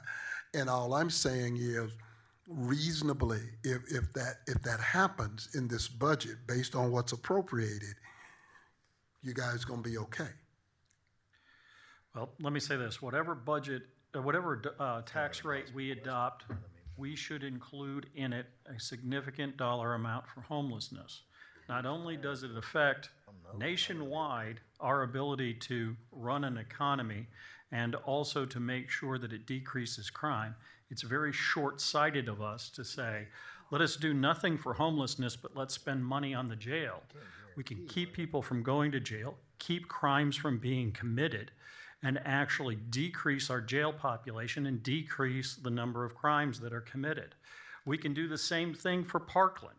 There's an NIH study that indicates that the majority of homeless people lack health insurance, that almost 33% of all visits in an emergency department are from chronically homeless people. Homeless people visit the emergency room department on an average of 5 times annually, each with a cost of $3,700, amounting to $18,500 spent annually on the average user for up to $44,000. And this is NIH numbers. These aren't Texas numbers. This isn't Dallas numbers. These are national numbers, as was the UCLA study that I pointed to earlier. It's not Texas numbers, it's national numbers. You know, on average, homeless people spend 3 nights per visit in the hospital. I could just go, as many as 80% of the emergency department visits are made by people struggling with homelessness and dealing with mental health issues because of their homeless issues that the hospitals are not equipped to take. We can decrease the amount of money we spend to the jail, we can decrease crime, and we can decrease the number of people going into Parkland Hospital. We need to put dollars into homelessness. Where is your report, Commissioner? Where is your report with the $30, $40 million? Daryl's getting that. Oh, okay. I think this will help me and the public and staff. Let's go with one of these issues at a time. So I know Commissioner Price was talking about maintenance primarily in the jail. And by the way, we're at 100%. You're talking about homelessness. All these things interrelate. But let's finish whatever the discussion is going to be on homelessness and then go back to the discussion on deferred maintenance and... I'm done beating my drum. That's as hard as I can hit it. Okay. So let's go back then. But we're hearing what you're saying. But what I'm just saying, Judge and Commissioners, look, like I said, I know 71-24 at midnight doesn't mean a lot to you.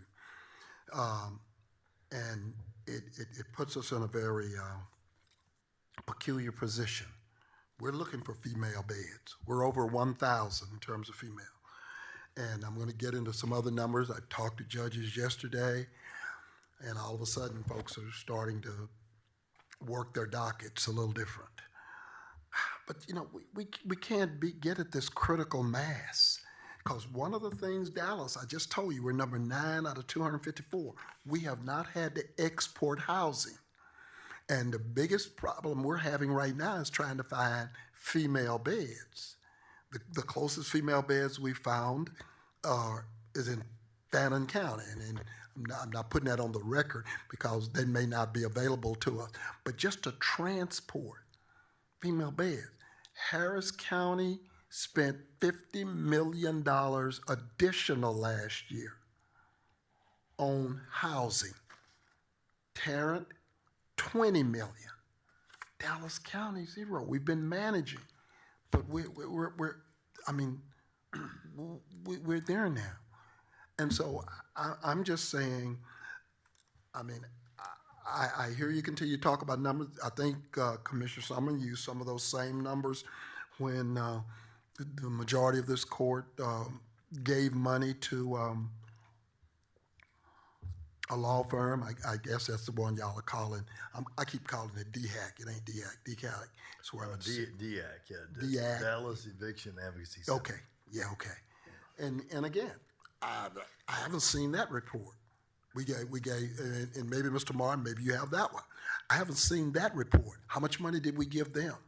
Million? That report, I think, has been provided to us. It was done by CPAL. If you're talking about something we did, but CPAL did that report, and it was a 40-1 ROI. Yep, and we not all of us though. It was 40-1 Dallas City and Dallas County, Dallas City, and Parkland. Yeah, and the we on the gave them 1.5 was Judge Jenkins and I combining economic development dollars to make sure it flowed in that direction. It was not out of the general budget last year. And was it 1.5 or 1.25? It was 1.25. I think you're right. 1.25. I think you're right. And this budget includes 1 million. No, it does not. That's one of the additional options for consideration under the current rate.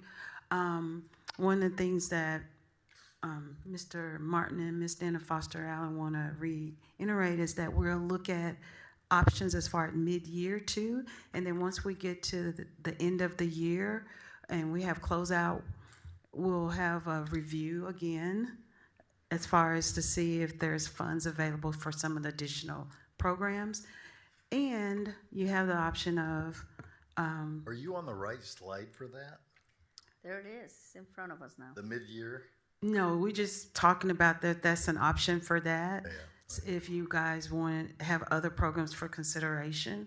And then you do have 4.2 million in unallocated reserves that's used for replacement equipment and replacements when things come up. Okay. Yeah, and one thing I would like to look at is, as long as we're talking about the dollars here, we've talked about giving our employees a 3% raise. But when you give a 3% raise, that contemplates 12 months of 3%. If I give you 11 months of 3%, I'm not really giving you a 3% raise. I'm really giving you a 2 point whatever 1/12 lower than that is. So, and I realize what I'm understanding from the money folks, the payment folks is, well, but it would be really hard to get that in the paychecks. Even if we had the money, it would be really hard to get it in the paychecks that first month because of some things with the way we're paying people. What I'd like for us to potentially look at then is some sort of money to our employees, whether it's a holiday bonus, what have you, so that, you know, rank and file employees, and particularly employees, you know, making say $65,000 and less, truly get a 3% raise. I don't know that that would cost that much more money, and I realize we're talking about you know, a tight budget to try to keep you know, the rate flat. It's calculated, Judge, at 11 months in November. Calculated at 11. But what I'm wondering is, and I understand both reasons why it's calculated at 11. What I'm wondering is, if we were to say, for our employees that make less than $65,000, we're going to give you a holiday bonus of whatever that delta is between 11 months at 3%. And You know, 12? let's say that's, I don't know because I'm not a math guy. Let's say that's $140. Can we look, and I don't expect you to do it on a calculator right now, but can we look and see what that would be? We can't look at it. During the HR compensation, one of the things Mr. Wilson discussed was the lump payments. Is that what we're calling it? And that wasn't a recommendation, but we can definitely look at it and give you a dollar amount. We can look at options. Yes, But, ma'am. but Judge, I don't understand exactly. So you want to do with the employees that earn less than $65,000 a year, a higher more than 11, give them the 12. So I don't understand. Yeah, and I'm not, so here's my thought. Okay. I've said before that when a person comes to work for us, we're making a relationship and kind of a compact, that if they work hard for us and do a good job, we'll keep them up with inflation at a minimum. Right. Well, as it turns out, 3% right now is about inflation, right? Right. But we're saying we're giving a 3% raise, but they only get that bump for 11 months. Correct. So they don't quite get 3%. They get 3% minus Whatever month that is 1/12 of correct. 3%. And what I'm saying is, of course, I realize that it affects everyone, but it particularly affects our lower wage earners. Right. And so I'm wondering, I don't know that it would be that big of a dollar expense for us, but I think it would be a really helpful, appreciated thing for our lower wage earners. Can we look at as an option too, 12 months? I think payroll can do it at the 12 months. Ms. Dana Foster Allen. So, okay, at let me both. see if I understand. The judge wants to give whatever is the delta between 11 and 12 months, right? But only to the $65,000 and less. If we can afford it for everyone, great. Okay, But I want got to it. pick that, if we can't, I want to pick that number, whatever it is. It may be that a grade is $66,210. I don't know what that Okay, number and then is. Dr. Watkins, you're saying that is hard to do, that it would be better to do it for everybody at 12 months. We'll show you the different options. Okay. For both of them. I think we need to look at that because you'd have to take every individual that's less than 65,000. It's not going to be a flat rate depending on their pay. You're going to have to calculate Gotcha. each individual bonus But- for each individual person, and or I don't think Okay. that's going to be.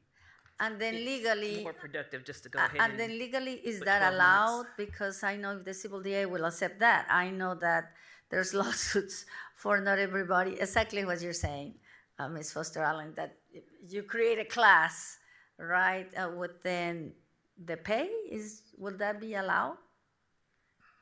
Barbara? that is something I'll have to give you advice and non-executive Okay, idea. that's what I thought, and that's what I'm asking these questions, because, I mean, Judge, I will follow you. I would like to give our employees more than a 3% adjustment of living, but I don't know if what you're proposing can be done from the, I don't know either. I want to look at that. and then legally.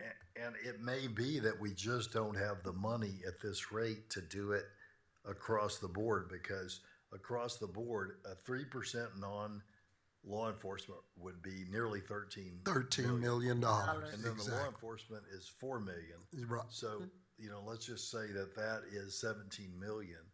Well, 1/12 of 17 million is, that's going to be $1.5 million probably somewhere in there. So we probably don't have the money. Well, okay. Well, good exercise, Judge. But I would like to still look at what the number is for everybody, We but also can. what the number is for those folks at the lower end. But obviously, it affects everybody, but it taking a little bit of money from people affects people at 65,000 a lot more than it affects people at 140,000. No, I got that. But those are the options that you're going to be checking into, right? Yes, we'll have those for you. Thank you.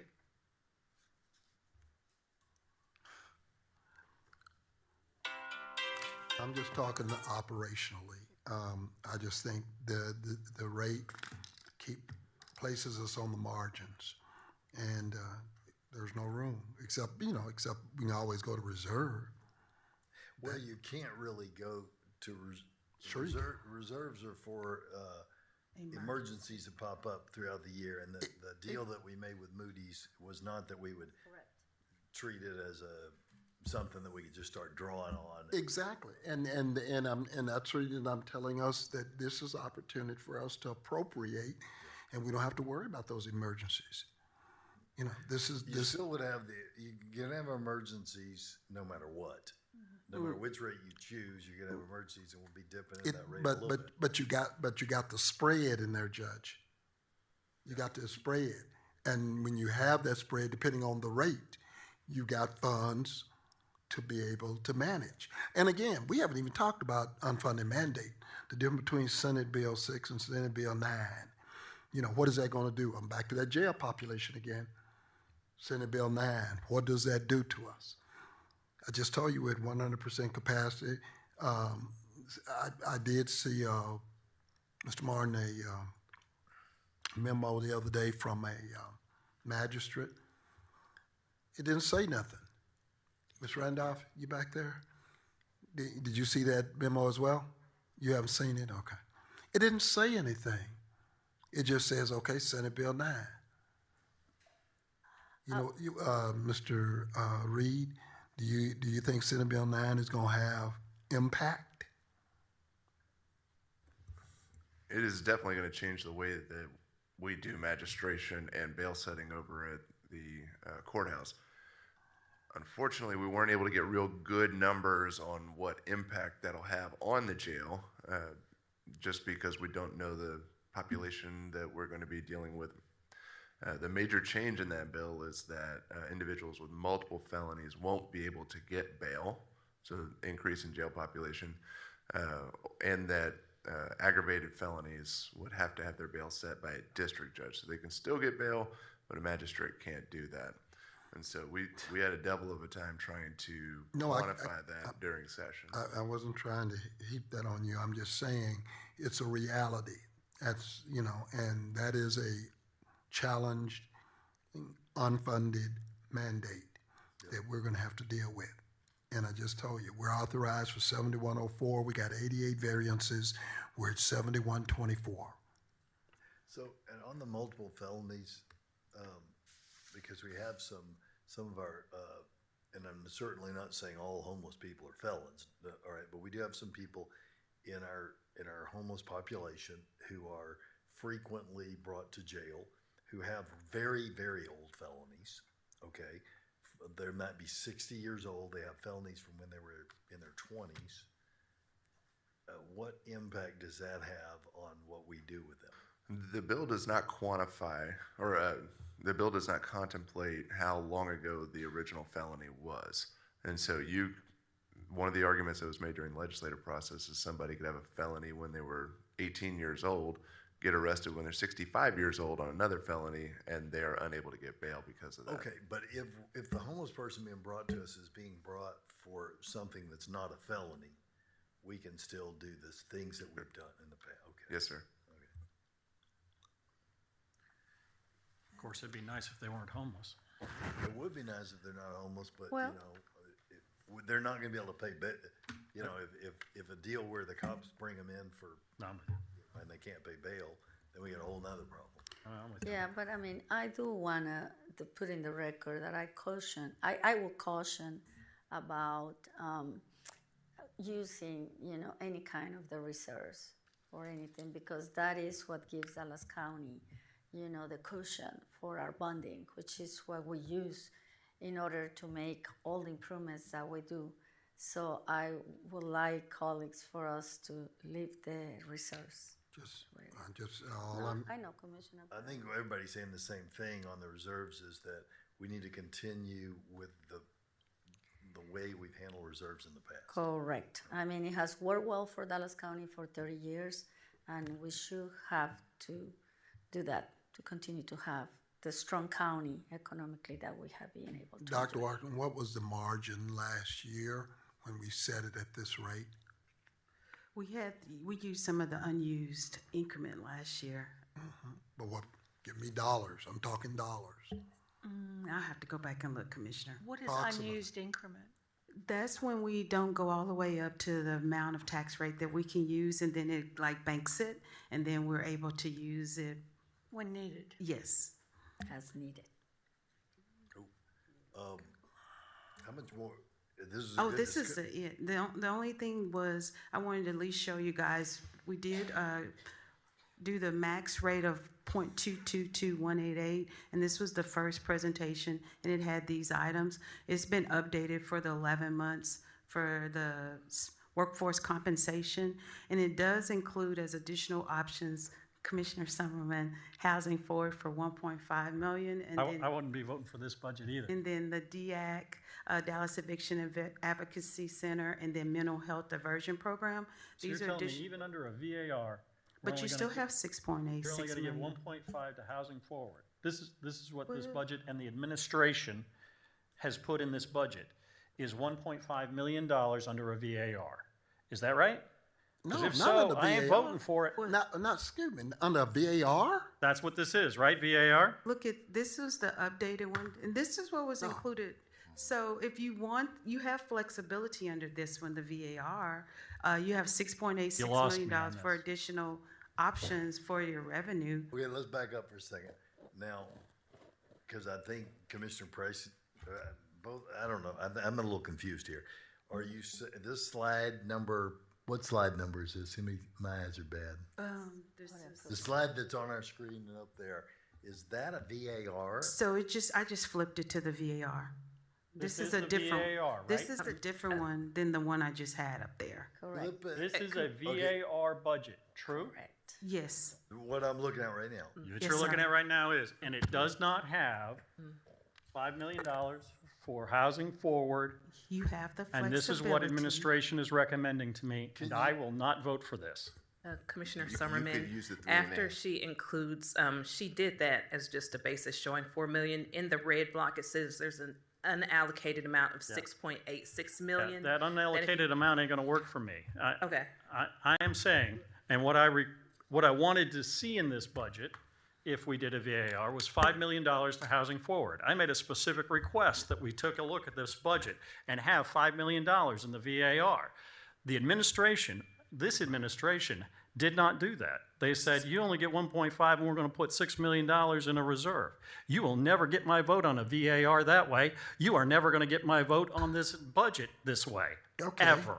That's Flip fine. back to just so we can all be clear, flip back, and by the way, when we get, there's not a reason to really rush, because all I'm gonna do at 11 is say that Parkland has pulled it for a week. So going back to the non-VAR, okay, this is this one. Yes, sir. No new? And so. No, okay, never mind. Yo, this is what, the current tax rate, okay. Right. Okay, got it. Now go back to the VAR.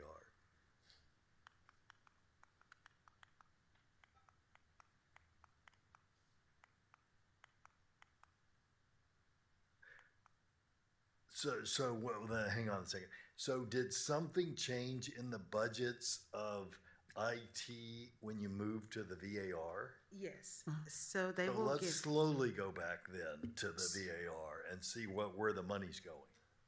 So on the VAR is higher because you get additional revenue with the VAR. Right. Yeah. But I We're just think talking about what where the money goes. He's talking about is, wait, Oh. you mean even at the VAR, this is all there is?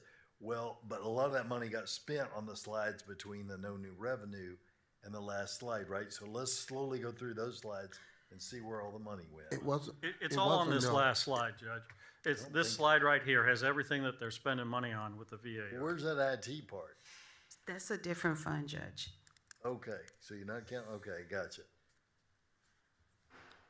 Okay, well, the law enforcement and the non-law enforcement that we talked about with the salaries is the same.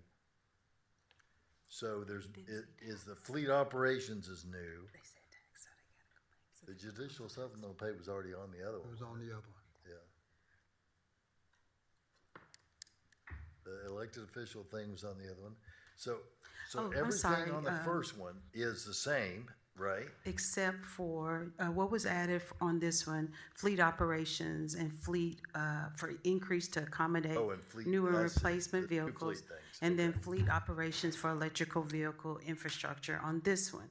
And then also was changed, it matches the current rate, but initially when you saw this, it was 9 months, and now it's 11 months for workforce compensation.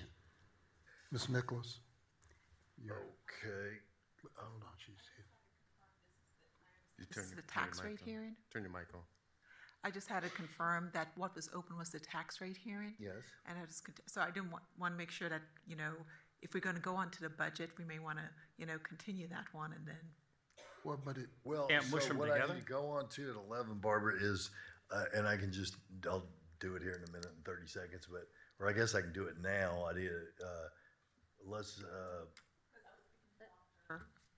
Yeah. Watkins, and she thought this was the budget hearing. And I Well, was so it's a tax rate hearing, but in order for us to know what the tax rate is, I need to hear from everybody about what their thoughts and wants and et cetera is.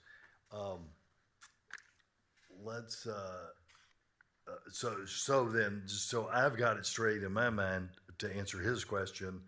We've got $4.2 million of fleet operations with the VAR, and then we have additional options, which I guess for purposes of this slide, we're pretending like we took all those options. Yes, sir. We spent all them in the second box, additional options, all that was spent, and that cost $4 million, and then there is an additional little under $7 million to be Yes, sir. spent. Okay. And right, the $7 million can be used to increase any of the additional options. So if you want to move Right.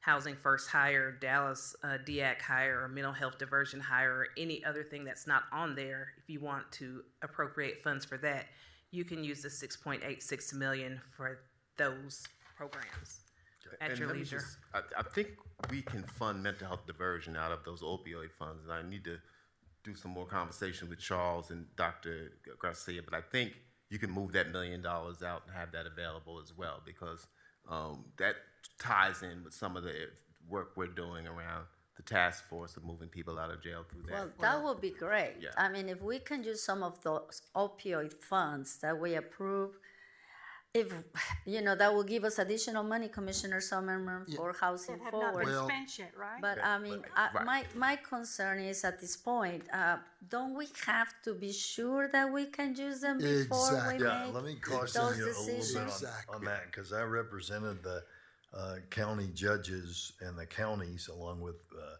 then County Judge Nathan Moran, who's now a congressman. And there's some requirements, right, Judge, There about were. that? So we didn't want to see another tobacco settlement deal where the money doesn't actually go to helping the communities most affected. It just goes in balance the legislature's budget.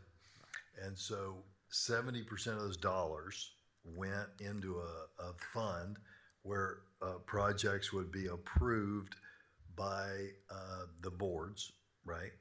And that's not what you're talking about. You're talking about our share. I'm talking about our discretionary share. Right. And again, these. But the folks- understanding was, and maybe it does, I'm not saying it doesn't, but the understanding that we had, and I guess it was somewhat of a handshake agreement, but I think General Paxton's pretty much honored his part of that agreement, and that was that we weren't going to spend our money, that the 15% that the state got and the 15% that the counties got on other, worthwhile things that did not deal with addiction and opioids. This directly deals with addiction and those And duly.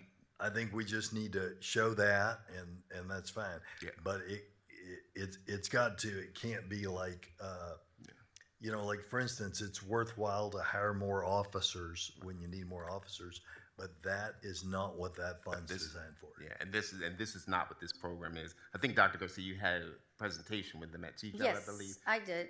These are, I still do with Mr. Lee Parsons and the district attorney's office. I think, honestly, Mr. Martin, if we can do that, Judge, it would allow us to have money for Housing Forward, like Commissioner Sauron wants, the jail, obviously, and then if we can use some of that money for the mental health division with the district attorney's office and the public defender, that will create a conjunction of programs that will, get us to reduce jail population. And then put into what Mr. Reed and this new law that we still, like Commissioner Price says, we don't even know what kind of impact it's going to have in our criminal justice system. That would be great. yeah, and so that would move $1 million into that fund, so you'd have 7.8, and you could easily, if we have 3 votes up here, I'm not asking for your votes, but if you had 3 agreements up here to move $3.5 million up to Housing Forward, there's your $5 million for Housing Forward. Remember, but the mental health division, needs more than that. It was a total of, I asked them to do I have a proposal from them, and it came out to $753,000. So it was more than that if you included all the different staff. But let me look into it because I don't remember it exactly right now. I don't know if they gave you a PowerPoint. If you could Yes, send that yes, to me, yes, that'd yes. be great, Mhm. Dr. Yeah, they I'll- did it at CJ. I'll look at it. I will do that. Let me do this real fast. It's 11:03. Barbara, if I need to do anything else other than this, let me know. But we had a hearing scheduled on the Parkland tax rate. Parkland's requested that hearing be moved. We're going to have a special called meeting next week at 9 o'clock on Tuesday. And so that is being moved until next week and will be properly posted. I would say the physical address. Oh, and the physical address, that will be right here in this room at 500 Elm Street. And has that got us covered? Second floor. Oh, yeah, second floor, Commissioner's Courtroom, okay? And is there anything else I need to say on that before we go back to this? We good? Okay, keep going. I think that's it. Well, So, Commissioner, you asked me what was the number last year for the adopted rate was $51 million we received from that revenue. okay, so voter approval rate puts us right into the same bandwidth. That's all. That's what I was basically saying. And But administration is only going to put 1.5 to homelessness. It will not get my vote. We done heard that, but the only thing I'm saying is, with 58 I want to say it million- again. Well, okay, and you won't get mine either if you stay at anything except going to the voter approval rate. It doesn't make sense for us to continue to work on the margins. All I know is I'm not getting a unanimous vote on something. It's clear to me. And that, I mean, Trying to figure out how to get 3 for anything. yeah, but voter approval rate, and I'm hearing us talk a lot about voter approval rate, that's fine. And thank you for at least letting us publish. Otherwise, we wouldn't even be talking about it. That's right. I was ready to talk about it with the administration putting $5 million into homelessness. That did not happen. But I wasn't dilly-dallying. I was saying voter approval rate because that's what it means, voter approval rate. And therefore it gives us operations. But, you know, you had to remember, you had to be, like you said, you know, I'm not gonna say. But they're also talking about yeah, what's you're not one yelling year. at each other a little longer if you want, but you get where I'm but going. but at least we can talk about the voter approval rate. Let me just say that. Thank you. We can at least talk about it. Yes, we can. Otherwise, we wouldn't be able to talk about it because the votes weren't there to publish. I said to publish it at VAR so we could see what the budget looked like with $5 million in homelessness. But no, you didn't Again, make no these are caveat. these are just our recommendations. The funding can come from, I you got your guys can shift recommendation. funding any way you choose. got These your are just recommendation. recommendations. And can I get clarification? You're saying you want a total of FY '26 $5 million, or a total from 2.5 from 25 to 26? Total in next year's budget of $5 million towards homelessness. I couldn't have been more So clear. it's just 1 year rather than 2 years. No, what he's saying is he wants, if I'm understanding this correctly, he wants $7.5 million for homelessness. No. He wants, No, I'm I'm not not saying I agree with him. I'm just saying, I wanted this to be clear. He wants the money that we allocated 2 weeks ago, plus $5 million, That's right. correct? It's That's right. new money, $5 million plus 1.5 to DA. But you don't want, but Commissioner Summerman, you don't want to raise taxes. You don't want to go to the voter approval rate. I didn't say that. I'm the guy who voted to allow us to publish a VAR. That was the swing vote on that. I did so with the understanding and looked this administration in the eye and said, I will vote for that. In other words, allow us to at least talk about the VAR if you put $5 million into homelessness in the next year's budget and 1.5 into DEAC. But administration didn't do that. What administration did is said, we'll take your VAR published rate and we'll only give you 1.5 towards homelessness. Okay, I understand where administration's coming from. You lost my vote. I was there, and there was no caveat. No. I had, this was not in your presence. Okay. To be clear. Look, so we got some work to do, which we will get done. All right. It doesn't sound like we're going to get it done in the next 10 minutes, but we'll get it done. And we'll get back after it next week. Well, I think we'd like to hear some recommendations. We know where Commissioner Summerman is. We can bring you back the voter approval rate with $5 million to homelessness and whatever you want to do with the remaining $5 million that's left. It's not going If to be you $5 vote for million voter left. approval rating. It's not going to be It's not going to be $5 million. If you do the voter approval rating, you'll have $7.86 million left. And the $1.5 million, you can take $3.5 million of that, of the remaining 7.6, move that up to Housing Forward. That still leaves you with about $4 million. And thank you, Mr. Marty, Dr. Watkins, and Ms. Foster Allen. The reality is the votes are not there for the voter approval rate. Why are we going through this exercise? Because we're still discussing we were what's going to asked be to included. The votes that are together. not there. So, thank you. We can argue all we want. All right, let's move on to the next thing. Public speakers? Yes, we have speakers. Oh, yeah, let's do the speakers. It's a hearing. And are there any speakers? I realize we have speakers on other matters, but this is for speakers on the Dallas County tax rate. Are there any speakers on the Dallas County tax rate? Any speakers on the Dallas County tax rate? This gentleman raised his hand. No, but Can we have questions or? No. I believe. I think it's just like your chance to speak, but let me ask since it's, can they ask questions? There was Ms. Whittington, I believe, Wingington. Sorry, I'm going to get that name right, and I They should be able apologize to if ask I questions misstowed it. pop But I up on believe the that she. topic noticed. I mean, it's the budget. They can ask questions. Yes. Okay. But I believe Ms. Wingington, did I say it right that time? God bless you. registered to I think she registered to vote on that. Register to speak on that, okay. But the So- budget, right? Budget, yes. Not the tax rate. This is the tax rate, isn't it? I'm just Okay, asking. sorry. This is tax rate. It's a public hearing on the tax rate, so I would. So this is the public hearing on the tax rate, and you can both speak and ask questions on that. I want to speak and ask questions on the budget. Wasn't there a budget hearing today at 10? No, that was the tax rate here. There's both, so Oh, there's after. both, af- there's so, both, yeah, okay. They're both here. Let me look at so- how it was done. So Hang on a if there are second. no speakers on the budget, on the tax rate hearing, then, Take them on the budget? no, you haven't open budget hearing yet. Fine. Okay. I move to open the budget hearing. Well, before Well, no, that. you can't do Sorry that. about that. Can't do that. Can't do that. Let's see if there are any other Tell me what speakers to on do. the tax Are rate. there and any if- speakers on the tax rate? Any speakers on the tax rate? Any speakers on the tax rate? This Hearing gentleman, none. no, Oh, this I'm gentleman sorry. keeps raising Come his on hand. up. I don't know who he is. Yes, Thanks sir. for opening this up. No problem. And just state your name and where Chris you. Trafton. And where do you live? I'm in Lakewood, Address. 3860 West Bay Circle. Great. Thank you. Go ahead, sir. Yes, I'm hearing a lot about what everybody wants to spend money on, but I just want to be the voice of a lot of the public out there that we're just getting soaked on property taxes.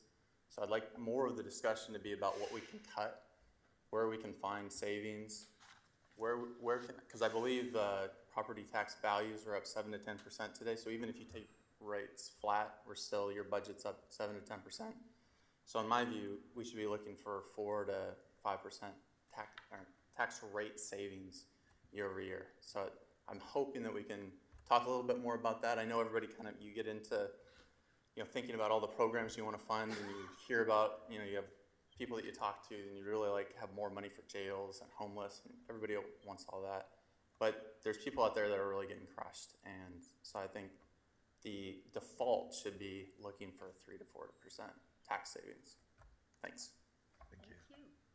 One other question. Sure. On the last year when they had increases, you increased labor wages, I think 3%, and that would go from February 1st till January 31st. Was that last year? Is that what you did?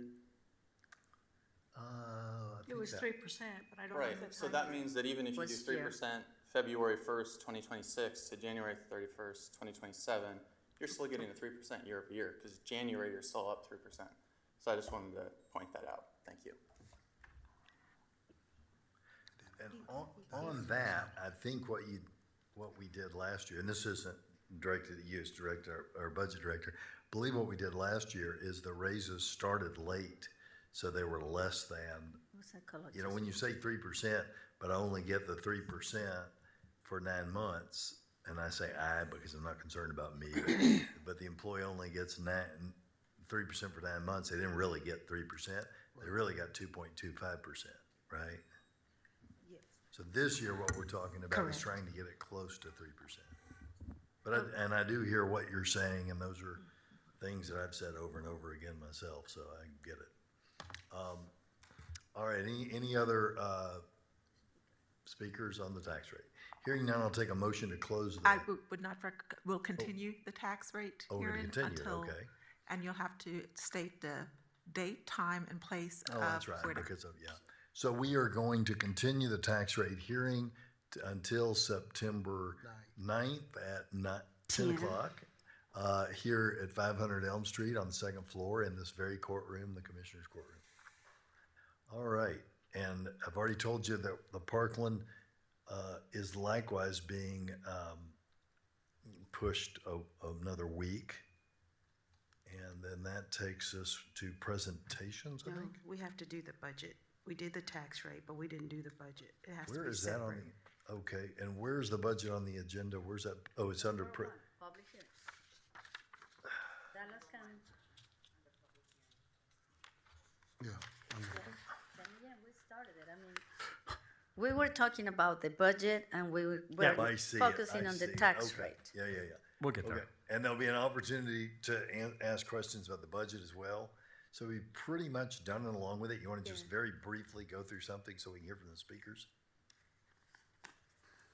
Okay, just to recap that, the budget is developed at the current rate of 0.215500. It represents 75% salary and benefits and 25% operations. The total budget is, under the current rate,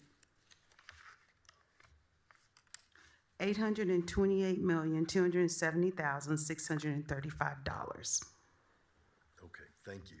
And now, and of course, it's been discussed quite a bit in the other hearing as well, but now we're going to hear from speakers. Are there any public speakers? I think you're the first one, Ms. Wigington.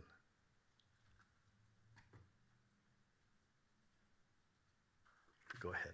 So the speaker. Oh, and I forgot to do this. I apologize. Will the bailiff please read the rules of decorum for all of our public speakers? This would include the people that speak at the end as well. Go ahead, sir. All Commissioner Court attendees are hereby advised that this meeting is conducted in accordance with the provisions of the Dallas County Code, Section 74-71. Visitors and registered speakers are to preserve order and decorum at all times. Personal, impertinent, profane, or slanderous remarks and boisterous conduct are not appropriate and will not be allowed at any time during this public meeting. And in all applause is to be kept brief and observant of time constraint. Disruptive visitors and the registered speakers may be removed and are subject to the penalties provided in the state of Texas Penal Code, Sections 38.13, 42.01, and 42.05. Registered individual speakers are limited to a maximum of 3 minutes, and the maximum discussion on any one topic is limited to 30 minutes. Thank you. All right, go ahead. Michelle Wigington. I've got some questions on the budget. I've not heard you guys speak about it. It's on the website. You've got 6 fire marshals budgeted for next year. Supposedly had fire marshals budgeted for last year. You have 38 that are licensed by TCOL currently. De Los Santos was up here 3 weeks ago saying that he has 116 employees. Why doesn't the budget reflect that? So you want me to take a shot at that, or you want to do it? Well, I was wondering, is it the fire marshal and the building security is the budgets you were looking at, or were you It's two just? separate departments. Yes. Right, so you've got 38 fire marshals licensed by TCOL currently, but only 6 fire marshals budgeted. And then you send them to building security. That's because, Dr. Watkins, they're CJIS. They are the ones that are taking over CJIS compliance for George Allen. They're the gateway. That's it. If building security is under fire marshals, though, why doesn't the budget reflect that? Well, okay, so what was the question? The building security is under fire marshals, and then what? So supposedly, building security is under the fire marshals, but it's separated on the budget as 2 separate things. You've dropped the marshal service title from the department budget, but it calls it building security now, and the link to their department is still 404, it doesn't exist. We have no idea what you're doing with these security officers that are also licensed fire marshal, but my concern is that the budget is quite deceptive because it's budgeted $2 million for 6 fire marshal officers, or 6 people in the fire marshal's department. There are 38 licensed by TCOL. So why wouldn't their budget reflect the 38 fire marshals? Your question is why did we divide out? Headline. Why we divided them out? No. Is that the question? Yeah, why the budget is presented to us like they're 2 separate departments when it's supposedly the same department? They're under 2 different cost centers. Yeah, but she wants to know why. Why are they under 2 different cost centers instead of all under one fire marshal budget? It's 2 different functions. Oh. And Yeah. and then it makes it easier for tracking and for positions. Yeah, we're It's also, in operations. tell me if I get this wrong, and I don't want to step in it either, but I'm going to try. You're welcome for Okay. the assistance. We at one point in time had a security company that was doing a large amount of our security work. In fact, they still do some of it, but we are trading it out. We are trading the security company for marshal personnel, and so we line item it under security for that particular purpose so that we can do the trade out. It is cheaper for us to, less expensive for us to do it where they are under the fire marshal's direct employment as opposed to a security company. Thank you for the words. And if I misspoke, please correct me. No, that's correct. But the Attempt to be 6 that are in this budget, that was her question. The 6 that's in this budget, regardless, is about CJIS compliance for George Allen, correct? Correct. Okay. But I think she was wanting, the cost centers are separate, and so. Yes. And let me try it this way to tell you about that. So I can see where that may look deceptive to someone, but It's incredibly deceptive. but And it has been for the last decade. but let me explain to you. So I'm the county judge, and if you look at my budget for my office, it would be one cost center. But I'm also the director of emergency management for Dallas County, and all of those employees and their equipment is a different cost center. And the idea is not to hide anything, it's to line item it out to make it easier for people to see where the money is going, right? So, I don't, It doesn't help us see where the money is going because you have 38 fire marshals in different departments doing unrelated things to fire marshal duties. The law has even, they changed the wording on the law because of your fire marshals doing duties that are outside of fire marshal related activities. And you don't even pretend that your fire marshals that are wearing fire marshal patches are in the fire marshal's department. They are in building security, or what was previously called the marshal services, but I'm still confused because they're still showing up in marshal patches, but their department budget page calls them building security, and it doesn't talk about CGAIS. It just talks about building security. It doesn't talk about how it has fire marshals.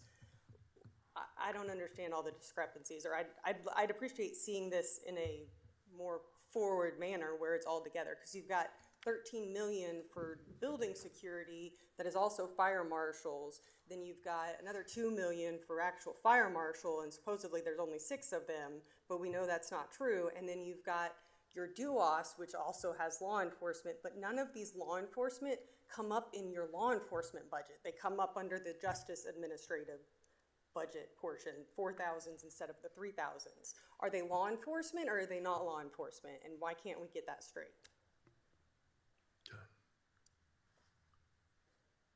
anything to add to that? Yeah, they're in the functions, that 1,000, 2,000, 3,000, 4,000, those functions are established as far as from the cost centers. And so each one of the cost centers, like you mentioned, general government, justice administration, they're related in that manner. So I would be happy to talk to you more about it if you need more for us to walk through the I budget. think I'm more concerned, so building security, I get should be building security line item in the budget. My concern is that they're not building security, they're law enforcement, or they're like the bailiff over here as a marshal that doesn't exist. T. Cole has told the fire marshals that they can't be county marshals, and we've still got security as county marshals, but we're not calling them that on the website or the departments anymore because that's wrong, but they're still appearing as county marshals. We're playing the name game again. I think building security is housed under the fire marshal, and if you go to the fire marshal's department website and you click on their organizational chart, it'll list all the functions underneath the organizational chart. Unfortunately, you have to track that back to the budget, but they're connected that way. It's not trying to hide anything, and I think, maybe it's something we can do a better job at is maybe just connecting the budget to department organizational charts and see them. And that is a great idea, Mr. Martin, because she has valid questions. If we can connect the budget into the organizational chart, I think that probably will be a little easier to understand. And I think your position is, I understand your point. If we're going to have fire marshal, it should be a sub-point underneath there for building security underneath them. I think that's a valid point. I mean, going back to the judge's example, And I can give you other examples. So I'm also oversee some of the discipline programs for the ISDs and the truancy. Again, you won't see that in my office budget. You'll see it in a grad court budget. Right. So, and I'm sure there are other, I wouldn't be surprised if the sheriff has 10 cost centers under her. She does. And More Commissioner than Price that. has The sheriff community isn't your private service. And police. so, I mean, I think creating that link for people Yeah, to make but it easier. the link would help, sure. Yeah. So it's adding that sentence, basically, to the job descriptions, And then or to the responsibilities of that department. in the budget, it also says that the fire marshals haven't turned in their required reporting. Okay.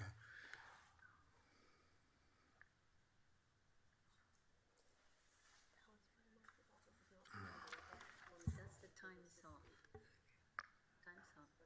Time's up, Judge. Oh, yeah. Oh, yeah. public doesn't clearly know what We're these asking fire marshals are doing for the money, and the public doesn't know how much we're actually spending on hiring fire marshals. That's my concern, that's my problem. It's been my problem for a long time. You guys transfer them, you say you move them, you say you move building security under the fire marshals, but nothing actually reflects that. Okay. Well, thank you for speaking. Other speakers on the budget. Would you like to speak on the budget? Come on forward. Thank you. My name is Michael Wigington. I live on Esquire Lane in unincorporated Dallas County. I was going to do a general comment, but figured since we are doing these budgets, I don't have too many questions. I'll try to be quick here. Y'all mentioned SB 9 and how concerned y'all are about that. I would really like y'all to be a bit more concerned about SB 2143. Title 2.12 of Texas Criminal Procedure defines who is a peace officer. County Fire Marshal is listed there. It says they are commissioned under Chapter 352. What has been added to 352 by 2143? It says, authority to commission certain fire protection officers as peace officers. A county may commission a fire marshal, fire officer, fire inspector, or fire investigator as a peace officer. He's not a peace officer. Are you any of those things? Do you do anything fire related? We need to direct it to the court. The person who's been holding the door open for us in the back, who is a commissioned peace officer fire marshal, do they do arson investigations? Because as far as I can tell, De Los Santos and his members in the real fire marshal are the only ones with any certification from TCFP. And these other 38 that do building security don't have, they are not fire inspectors. They do building security. Y'all have them separated out as an entire different cost center because nothing they do has anything to do with being a fire officer. This is illegal. Thank you. All right. Thank you. Are there any other speakers on the budget? And it's not restricted to the fire marshals, anything in the budget. Any other speakers? Any other speakers? Any other speakers? I move that the budget. Well, actually, we can't close that either. We adjourn it. I'm gonna continue this budget hearing until September the 9th at, what time's that one? 10? 10 o'clock at 500 Elm Street, second floor, this very room, the Commissioner's Courtroom. Thanks, everyone, for their comments and courtesy as we move through this. I appreciate that not everyone agrees on everything, but I also appreciate the civility and the way people are conducting themselves. All right. As I said, Parkland is He's moved. throwing So shade. I think that takes us to presentations. And our first presentation. Dr. Wong. Yeah, Dr. Wong. Okay. Hey, man. I love the senior people coming up today. And enjoyed visiting that facility with you last week. Go ahead. All right.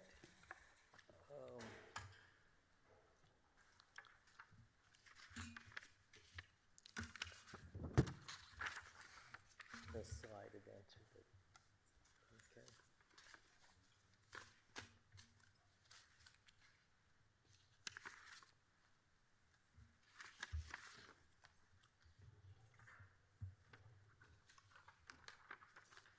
And this one?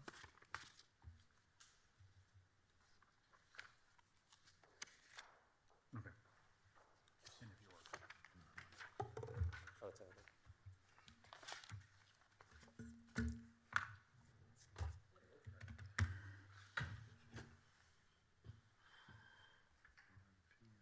I had a marker up here. I just wanted to mark up. All right, so we have, Cramp.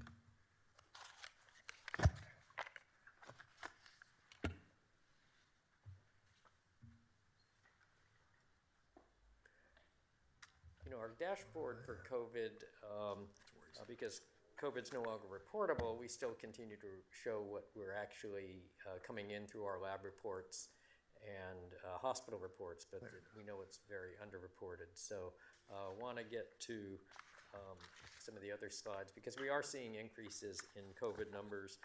The next slide shows the variants. What's that? Oh.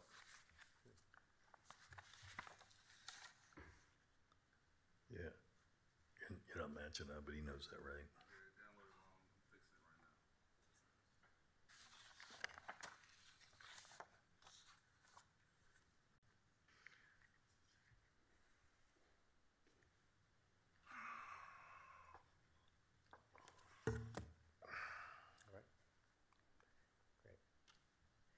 So again, this is off of our dashboard on the website. It says, based on these numbers, doesn't look like much activity, and certainly not compared to what we've seen in the past. But again, it's no longer reportable, so that we know a lot of people get home tests and other things.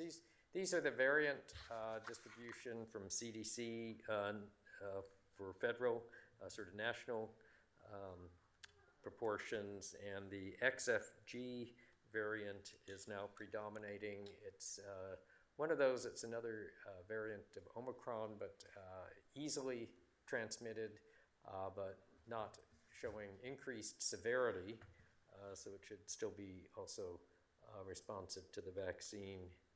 But now, we're really more dependent. The wastewater surveillance is even more important because we don't get the lab reports, and again, people do home testing and don't report it.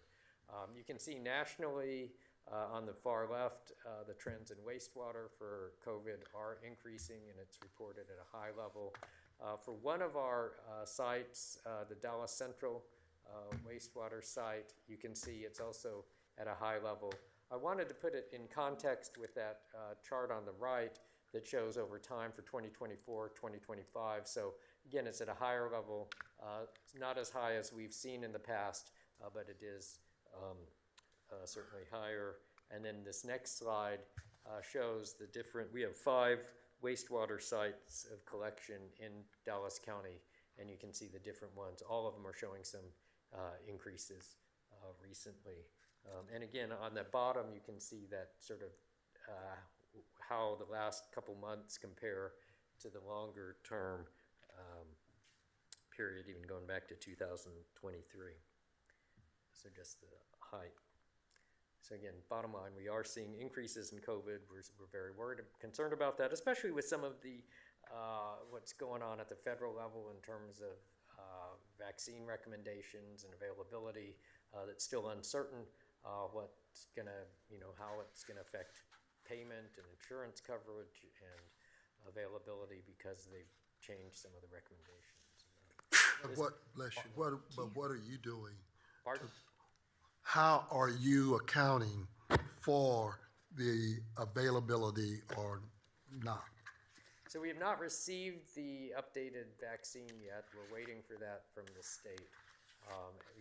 We'll still also buy private stock, so we'll try to make it available as we can. And again, it's uncertain what's going to happen in terms of the requirements or restrictions on what were provided from the state and federal for like vaccines for children and things like that.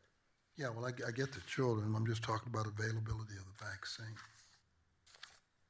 We have our order in. We're anticipating we'll get the shipments in the next few weeks. Similar with also some of our flu shots. But again, it's there's a lot of confusion regarding what some of the latest activity with FDA, CDC is going, how that's going to impact what they allow to cover with insurance, what we're allowed to distribute through VFC and the other programs. Well, yeah, all of that. I mean, that's about design. I'm just trying to figure out where you are on inventory and ability to do distribution in terms of what historic. Again, we've placed our orders. We are waiting for the shipment of the updated vaccine. As soon as we get it, here's some of the vaccination clinics that we have scheduled in addition to our brick and mortar sites every day. So we're still planning on doing dissemination. We're going to do, some targeted events with the senior centers. We're using some of our new communication channels to try to reach our more vulnerable populations. So using some of the Salesforce Marketing Cloud and others to send out reminders. Also what we're doing with Epic in our electronic health records for patients that have already come in to send out those reminders. So we're trying to get flu, COVID, and RSV in particular disseminated. Speaking of Epic, how are you synchronizing with Parkland, with the new system? Our Epic is under Parkland as a Community Connect site. So They're changing it over in the jail. They're going to a total new system. And they're going to be using Epic also. So that'll be really very beneficial for all of us for being able to, some of the patients like for TB that we might also be treating to help connect people to care. And so we have a lot of initiatives to really, as people are released, to make sure that we can contact them, get them on care, get people that are lost to follow up on care for various conditions. And who are you conferring with over at Parkland? Yes, we actually even have a specialist whose focus is criminal justice. We have a physician over there, and we're working with him. Well, Dr. Harris is the point. He is the individual who is implementing this. And we've met with him a couple times already. Okay. And yeah, we're very much coordinating that. Okay. Thank you. With respect to arborvirus and West Nile, you can see it's not nearly as bad a season as we've had even last season. We've had 4 human cases reported to date for 2025, 0 deaths. And you can see, again, this is some screenshots from our website. So we now have this available as a dashboard for real-time reporting on our arborviral surveillance. Again, for wastewater surveillance for flu, both nationally and locally, very low activity, so that's good. We've not gotten into flu season yet. This is for RSV. Again, RSV is also at low activity for both national and locally. And then just finally, measles in 2025, again, total cases now is up to 1,408. You can see the epidemic curve nationally on that bottom left. Texas still had the highest number of cases. You've heard that the Texas outbreak has been declared over because it was over 2 incubation periods for measles that we saw no cases. I would not say that that was a big public health success because essentially what happened is it burned through the community and everyone got the infection. There was not like a huge outpouring of people getting the vaccine. And so,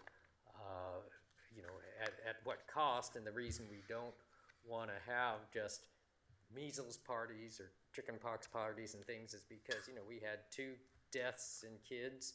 We had almost 100 hospitalizations and who knows how many other severe illnesses that didn't require hospitalization. And that's what happens when you don't prevent it, and those deaths are vaccine preventable. So, again, it's the outbreak in West Texas. I never would have dreamed when we hired you that we would be explaining to people why they don't want to have a measles party or a chickenpox party. Exactly. Yeah. So, again, it's been out there, and some have claimed success because look at how I gave my kid chickenpox. Wow. Measles is so easily transmitted. It went through that population very quickly. Yeah. And again, the costs that we're seeing were, 2 deaths and almost 100 hospitalizations. So that's, again, the things going on at the federal level are very concerning regarding changes in vaccine recommendations. And so we are trying to do everything we can to get the vaccines out. Okay. Thank you very much. Thank you. Thank you. Judge, regards to, and I continue to talk about judicial performance, we worked for the last, we've really been working for the last 6 weeks on this whole judicial everything.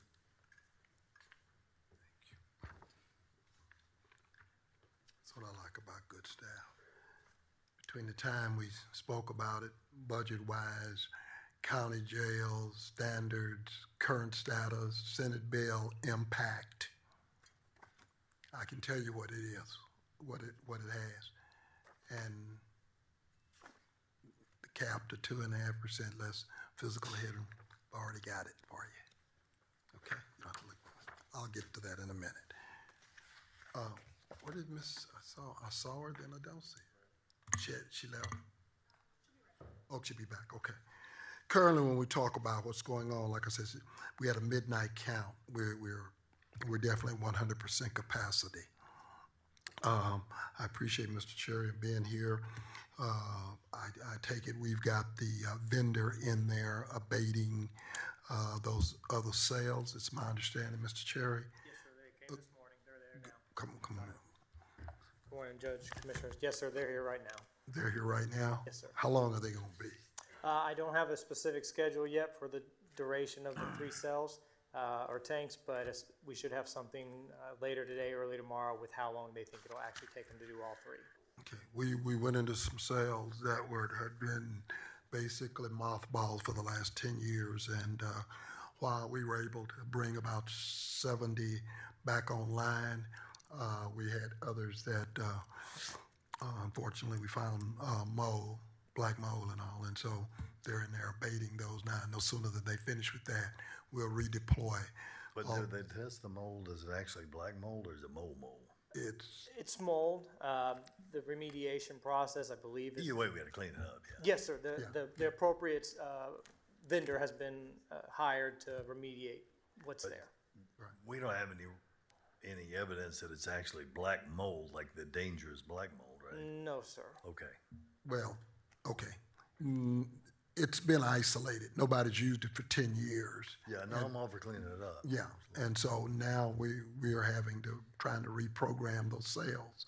And when I went into the cell, all I know is I recognized mold and it was black. Yeah. And I contacted facilities, and facilities immediately moved to get a vendor to get in there. It's been 2 or 3 weeks, but I guess it takes that long to kind of get through this process. I just wonder how long they're going to be in there because, again, we're trying to bring cells online as quick as we can. And so I just appreciate facilities.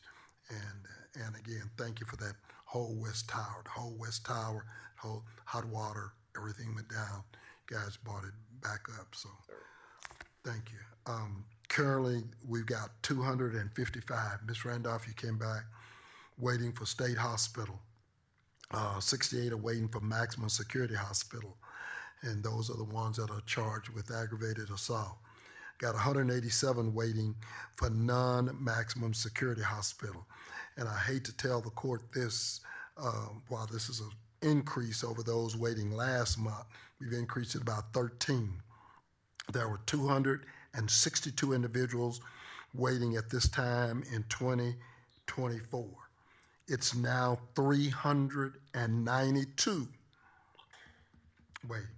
Average wait time, 332 days for males, waiting for non-maximum hospital, 247 days for females, 369 days for males waiting for the hospital, 528 days for males waiting. Ms. Randolph, with regards to where we are, and I did talk to judges over the weekend. I spoke to a number of them even as late as this morning. They're supposed to be moving into an area whereby they are reviewing their dockets and talking about individuals who have a different eligibility. Some of them had not worked their dockets, and it's my understanding that they are now working those dockets. Is that correct? Are you starting to see it? I have not. Okay. But thank you for letting me know, because Okay. I'll definitely be looking for it. Okay. Yes. Okay. Stack docket. I talked to her. Okay. Okay. Okay. And I think what the court needs to understand, we keep talking about this, and again, here we're gonna go back to that homeless jail thing. One of the things we are in the, we're in the cusp of losing is, I think Judge Mulder does prostitution. Judge Holmes does DWI. Judge Mays, Stack Court.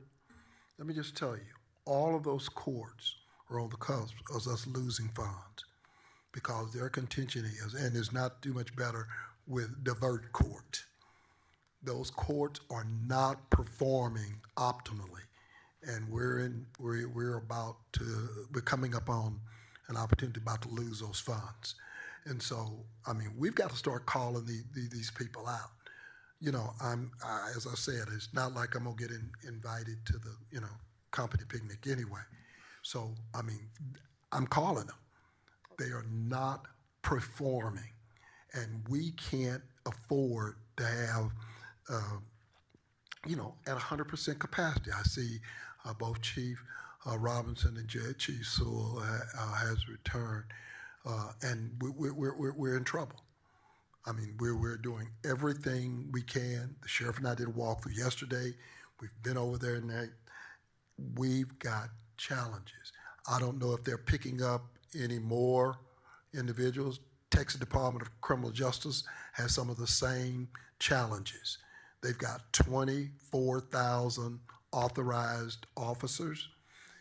They only have 18,000 that are filled. And so they're picking up the minimum on 45 days. I did ask, I did meet last week with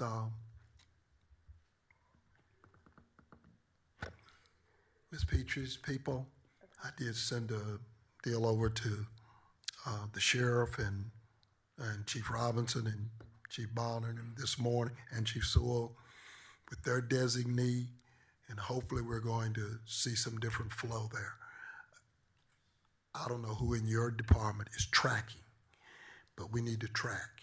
Okay. We need to track. I did get that information about hopefully the increase of transfers, and so we'll be looking this week to see what the numbers bear out, and in the coming weeks as well. So our jail population manager, which is our assistant director, LaShonda Jefferson, is the one that's tracking that information. And so we'll definitely be looking to see how the numbers bear out in that. I will tell you that we are in crisis. We are at 100%. Our bookends are at record levels. And so if people are brought here, we have to find ways to get them out. Senate Bill 9 coming online is going to complicate things. We use our specialty courts to try to get people out. If funding is in jeopardy, that's going to be a huge loss to our That's because they haven't been performing. Yeah. The specialty courts, the names I call, the Tracy Holmes, the Nancy Mulders, and even the Judge May, Stacks Court, they have not been performing optimally. That's the reason. Right. Well, we definitely provide assistance to the specialty courts.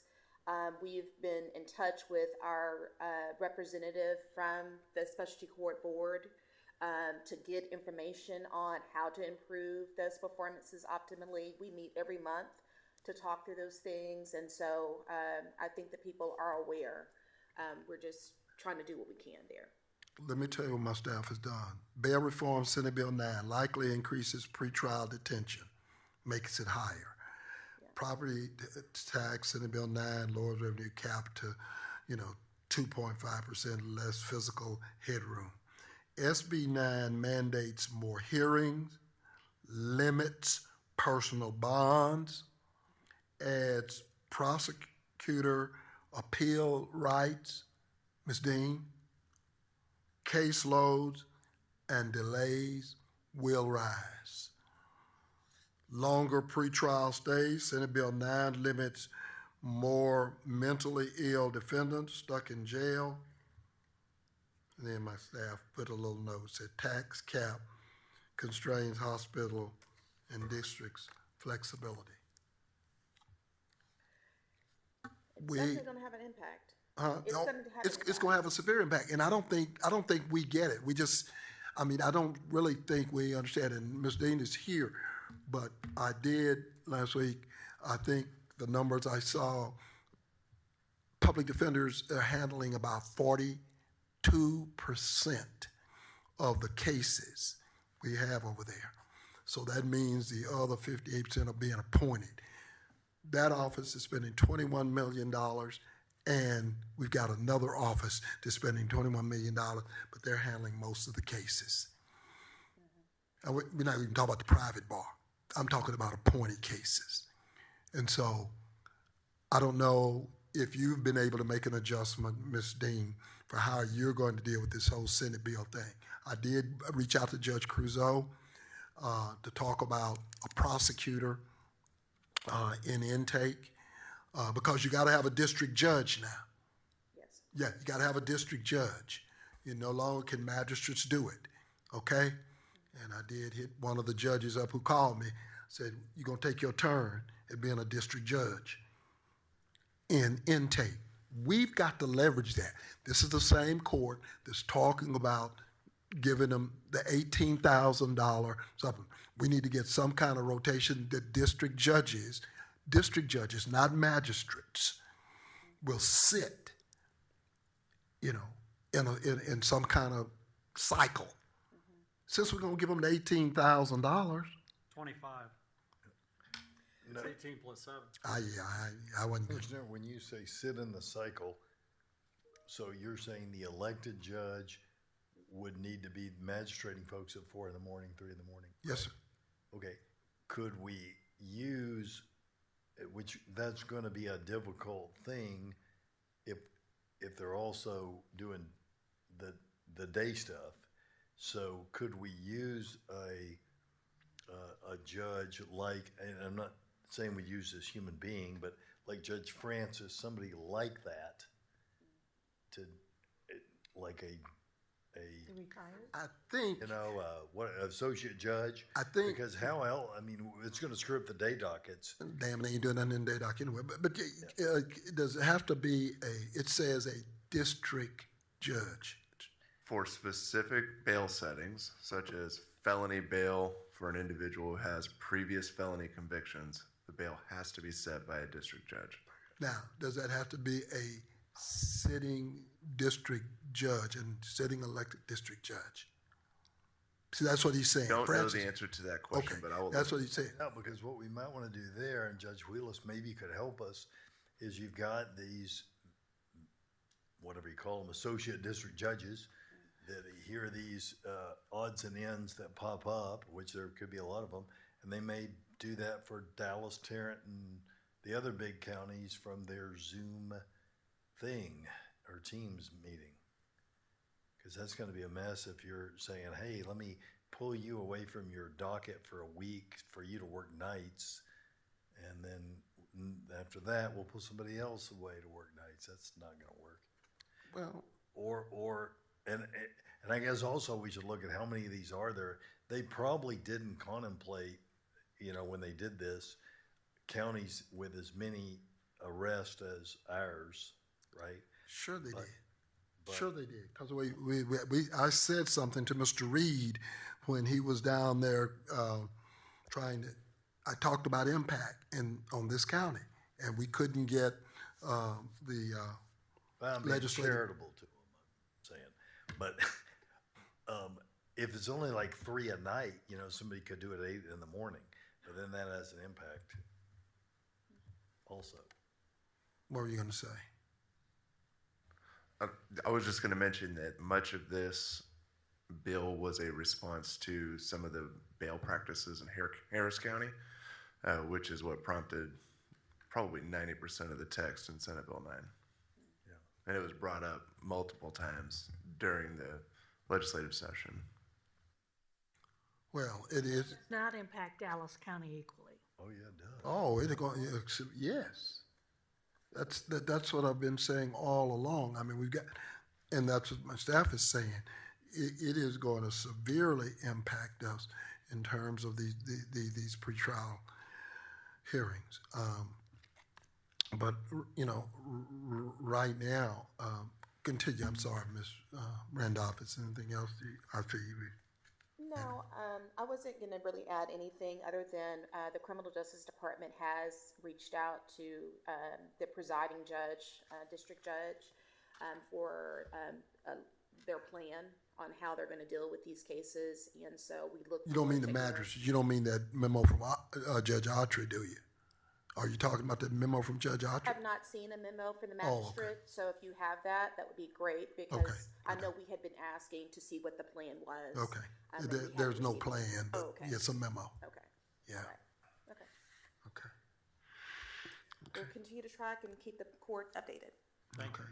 Ms. Dean, do you have anything to add in terms of how you and/or your staff able to augment this? Again, I'm gonna keep going back to budget. I don't know if you're able to deploy as a result of this. If you get a district judge down there, do you get a chance to deploy someone that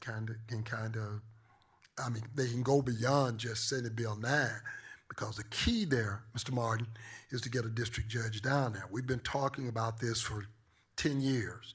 And so if we get a district judge down there and we get a public defender down there, of course, then we got to get, saw Mr. Hamilton earlier, didn't I? Okay, he was here. But, but I did say something to Judge Crusoe. He can get a prosecutor down there.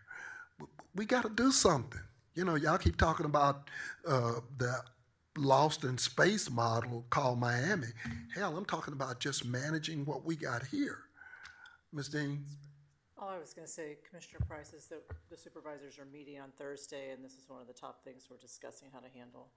I will say about the judges, it's possible the visiting judge model could be used and either take over the district court judge's docket or serve as the one dealing with the bail issues.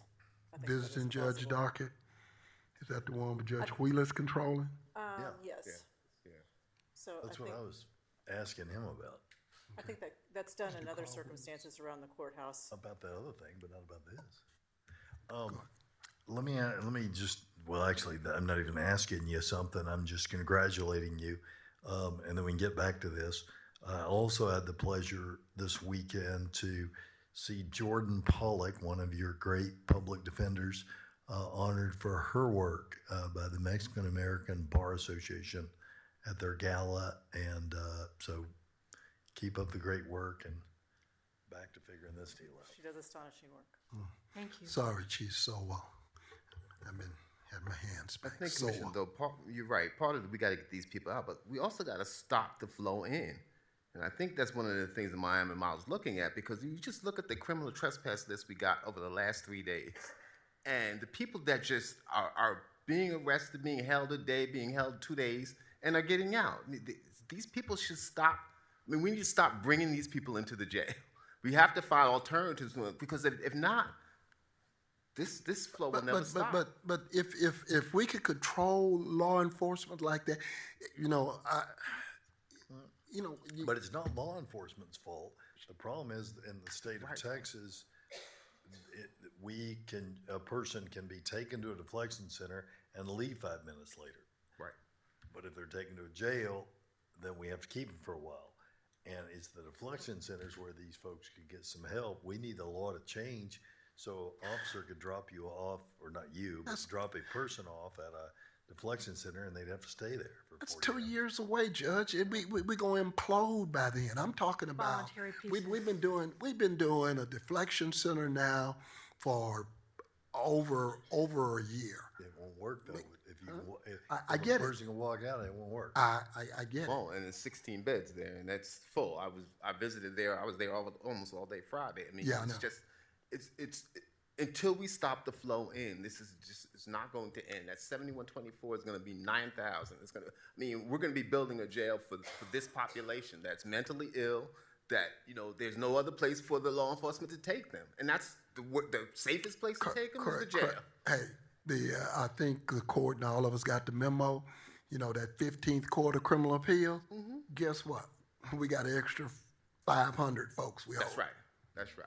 With serious mental health issues that probably shouldn't be in jail, but they're there. They're ours. Well, no. They shouldn't be in our jail. They should be in a hospital. Treatment center. But basically, what the court has told us is they're yours. Right. And they're ours, and we should figure out something else to do.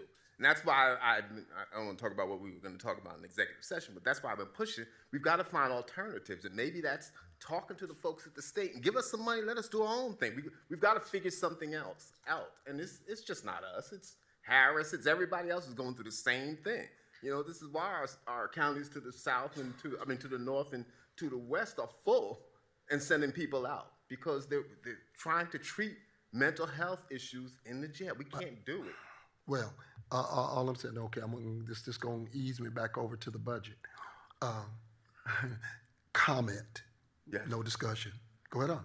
No, because I want to talk about the budget with that too, but I want to hear what you have to say about that. No, that's where I'm going. Yeah. Chief Sowell and Robinson and all of them. This is where we are. We're diverting funds right now, trying to make space. But keep in mind, all that we've been doing in our projections has been about trying to get the largest tower that we have into state compliance. So we're having to depopulate, try to get it in compliance, and repopulate. Do you realize that's an 18-month endeavor? That's just that. Yep. And so all of those that we're doing, that's what's going on. Yeah, and I'm going to go back to the budget because I think we have to figure something else because I don't want to spend $50 million of that budget that we don't have sending people out of county because that's where we're headed at this point. So maybe the money we should start looking at, figuring out a way to fund some of these alternatives, and as long as they produce results. Because we've got to do that. We've got to start diverting people from a county cares team. Hello. Yep. Well, we did it in some, but then in my cities, other than DeSoto, they all flew the coop. Well, the folks in Mesquite, they built their program and it's and they're doing Mesquite, Balk Springs, and Sunnyvale. They're doing well. But the ones in the southern sector, it hasn't. So maybe since they were being a little tepid about it, maybe we need to talk about some of that money to talk about, not only reorganizing, and I think DeSoto is talking about reorganizing that, not making such a heavy law enforcement presence, and going from there. Yeah. So. All I'm saying is, we're in trouble, and we're sitting here fiddling, while Rome, is burning, and we act like, we're gonna grow some sales overnight. If we do, it's gonna be out of the county. Yeah. Well, and you got to find them then. That's right. That's right. Then you got to add transportation. And remember that we pay for the beds whether we use them or not, because that's the arrangement these other counties have. But I got it. Whether you have a body in there or not, you're paying for the bed. Yeah, I got it. And our challenge right now is finding female beds. So I know everybody. I keep bringing it up, but nobody seems to understand the urgency. And when we go over there and there's 110 people from the night before, like Ms. Randolph just said, got the largest bookends that we've seen since pre-COVID. Yeah. And I'm looking at the criminal trespass, possession of marijuana on the 2 ounces list right now. And it's just. Chief Sowell, I see you're bouncing back and forth. You got something you want to add?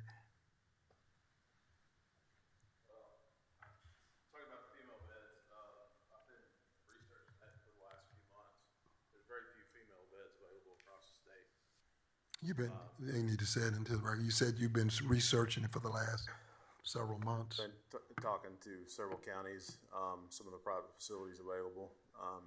There are a few male beds available. Of course, we can always ship out males and make those male beds available for females. So, yeah, we're in a critical situation right now. We're doing what we can. The intake process, back to Senate Bill 9. One thing that we do need to consider is time constraints on that, bringing that judge in.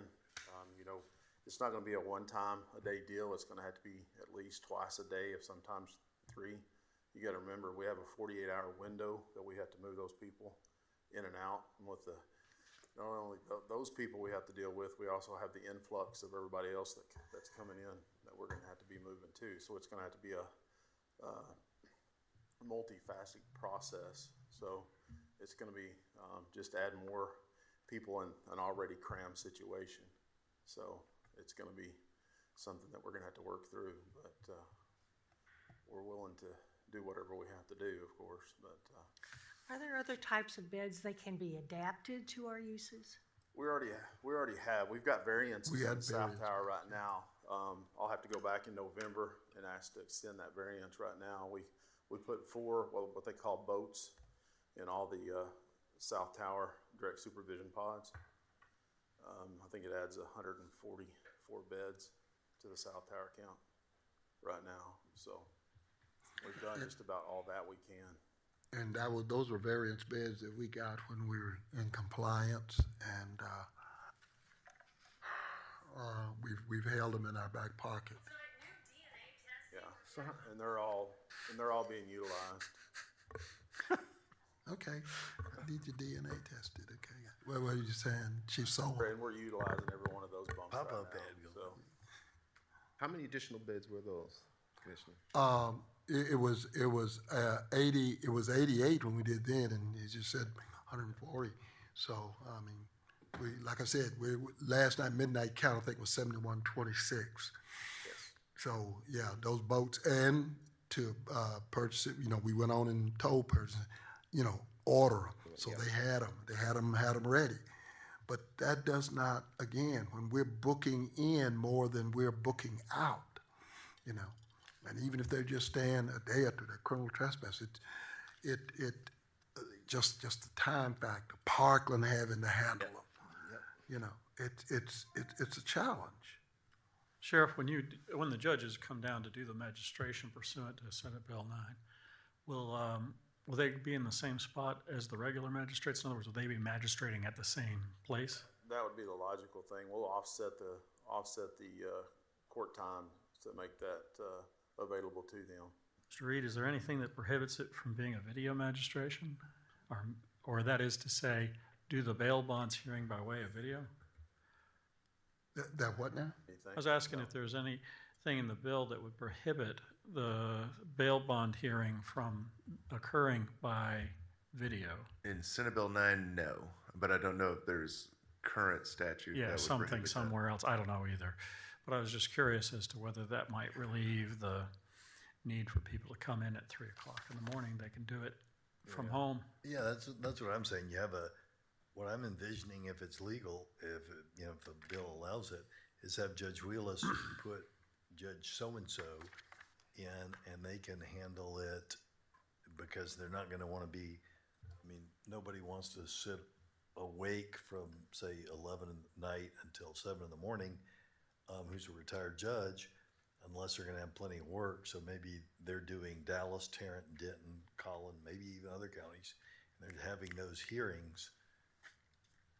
But it ain't going to be easy to find a district judge that wants to, a retired district judge that wants to work nights. Those hours.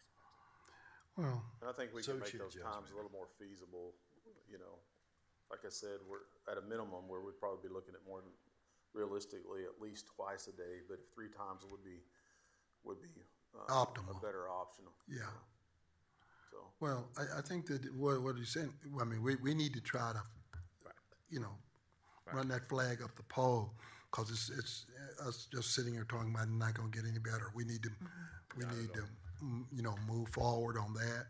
As I said, I think Judge Crusoe is amenable to my prosecutor. We just talked, Ms. Dean, see what she needs in her staff. Here we go with budget again. We need to start adjusting because this thing is getting ready to tag us. I know the And sheriff. I think that makes sense. Yeah, I think it that makes makes sense right now to do it- it. And Start they the could video also start getting process. people out of jail as well during magistration. So I think it's prime time to do this. Well, so then that means you're gonna have it done by next week? Well, we get it in the budget. We'll have to get those two positions at least in the No, budget. I get it, but I need to know what. I don't know. I need to know what the public defender need. I know that the DA has said that he needs people, and and then let's talk about either contact Judge Wheelis with those visiting judge. Yeah, We just need to put together. I know the sheriff and her people are meeting to talk about some alternative housing this week. Okay. So Then we'll need locations for the staff down there as well. We'll talk to chiefs. Because we talked about that last time when this came up about Right. where we're going to house people in. We'll get a natural break, a little bit of a natural break as the weather cools down just a little bit. If it follows those cycles that arrest and crime tends to follow. And I know our departments out there are looking at these offenses that take up a bed that are nonviolent and recurring, and they're considering that hopefully as they're bringing people in. Okay.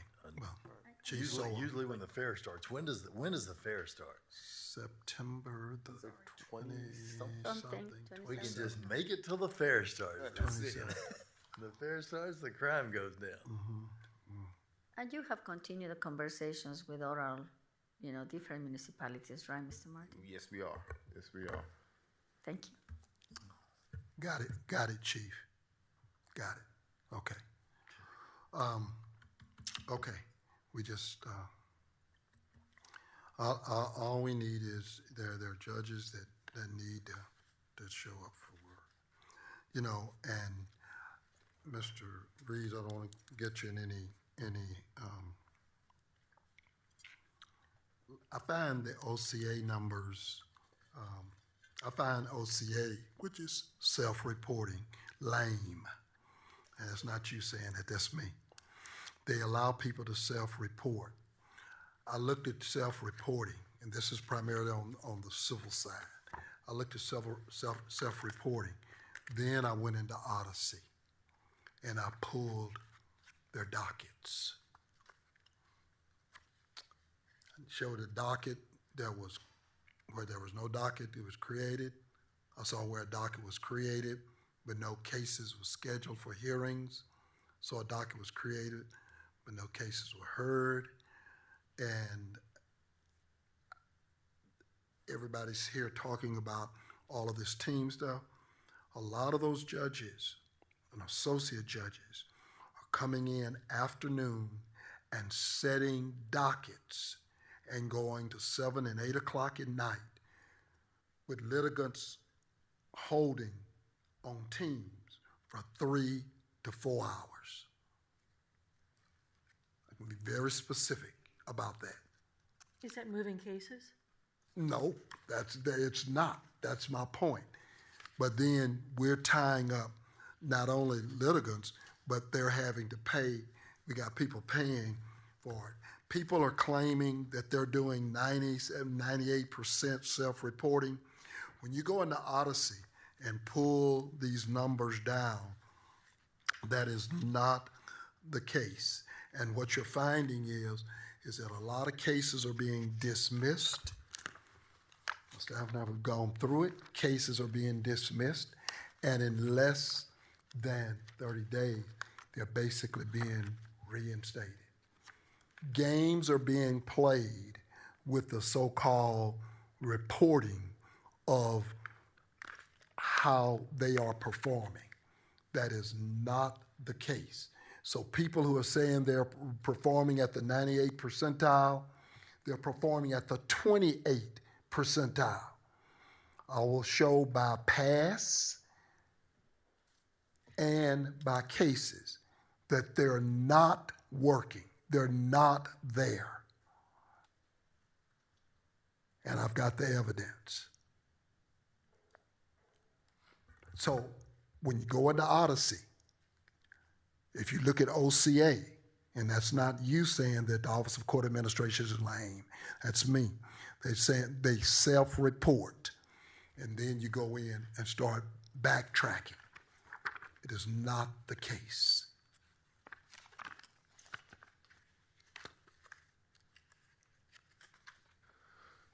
OCA has been given additional money.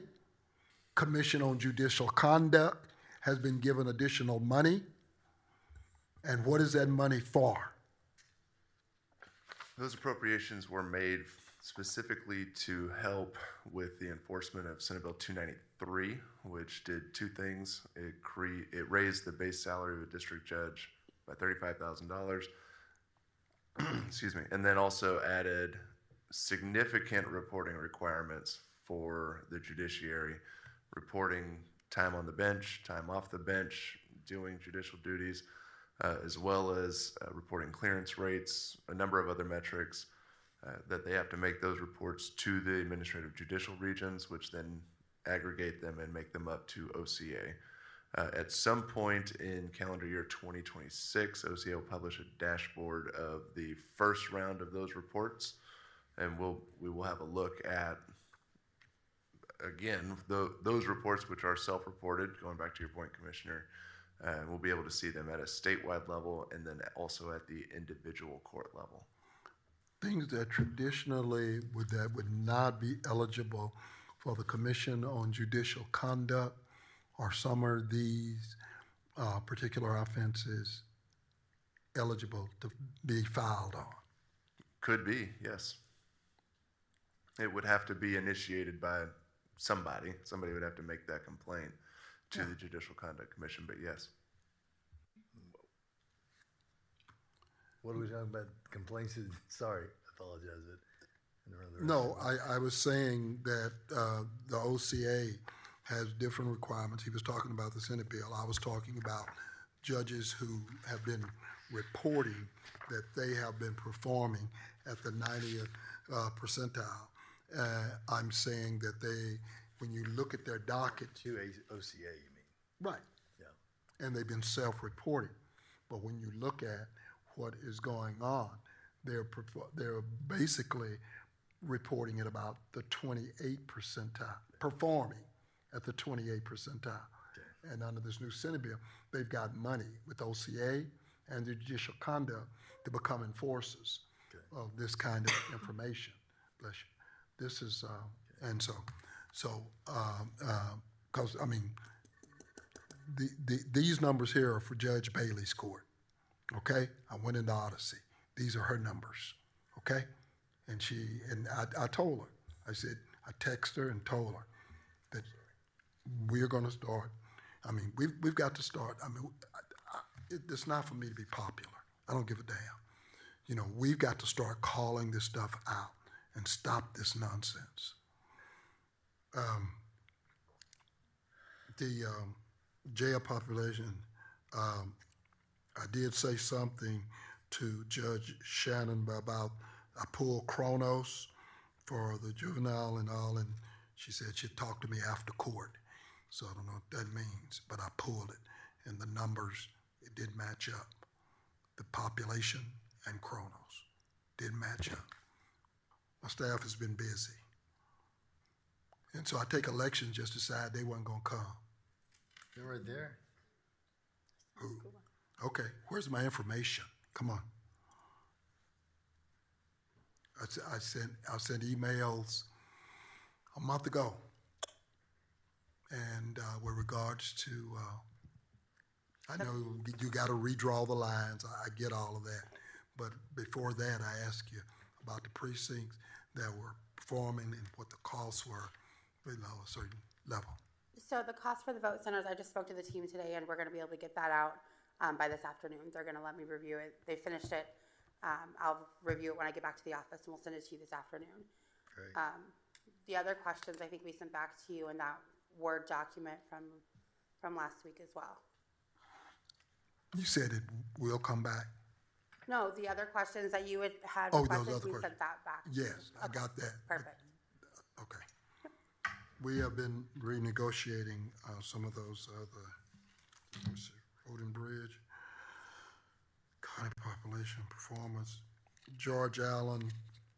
I talked about the, Back on Alexa, I realize these are your presentations. Okay, no, go ahead. Something we may consider doing, if the court has a willingness, is we have a lot of vote centers that are, well, we have a few vote centers that are quite expensive.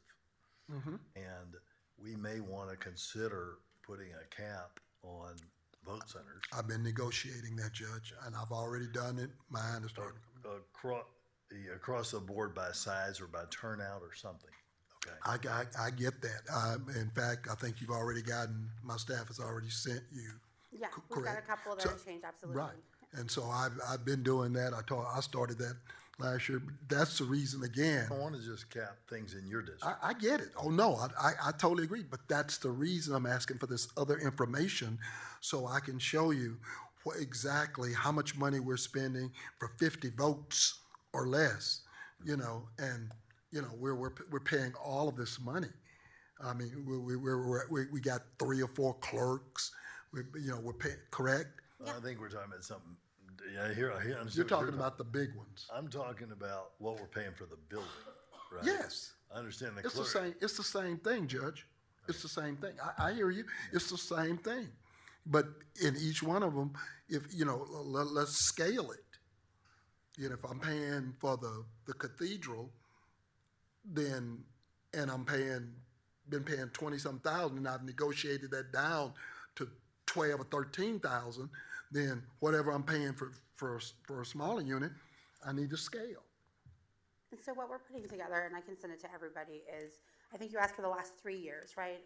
The private facilities, we're putting together the cost of the rental for the private facilities in addition to the voter turnout for general elections, and if we have the information, the room that we generally use and what the capacity is for that room. And so we can kind of say, here's the size of the room that we're using, and here's how many people have voted in that space. And so I can send that to everybody with all of the private facilities. Well, Looks like we're also addressing the number of personnel per location too. Right. That's usually based on the turnout expectations, and so we have a base level that we put of 4 people at a location. Yeah. And that's for consistency for, 2 people going to curbside, if they rotate lunch breaks, et cetera. So our lowest turnout locations will have a minimum of 4 people. Yeah, And then it spoiler increases alert, the lowest turnouts are gonna be the most expensive because you got the people there. And the most cost-effective are gonna be the larger ones unless the building is exorbitant. But nonetheless, you're gonna have to have the smaller ones because in a lot of areas, you have transportation issues and whatnot. And if you just had mega centers, you'd be discriminating against people who are older and have less money. Yeah, I just want the information, Judge. That's all I've asked. I think we're saying the same thing. Yeah. Okay. Unless we're saying, let's not help out some, I get it. That's where we'd be different. No, I got it. Okay, that being said,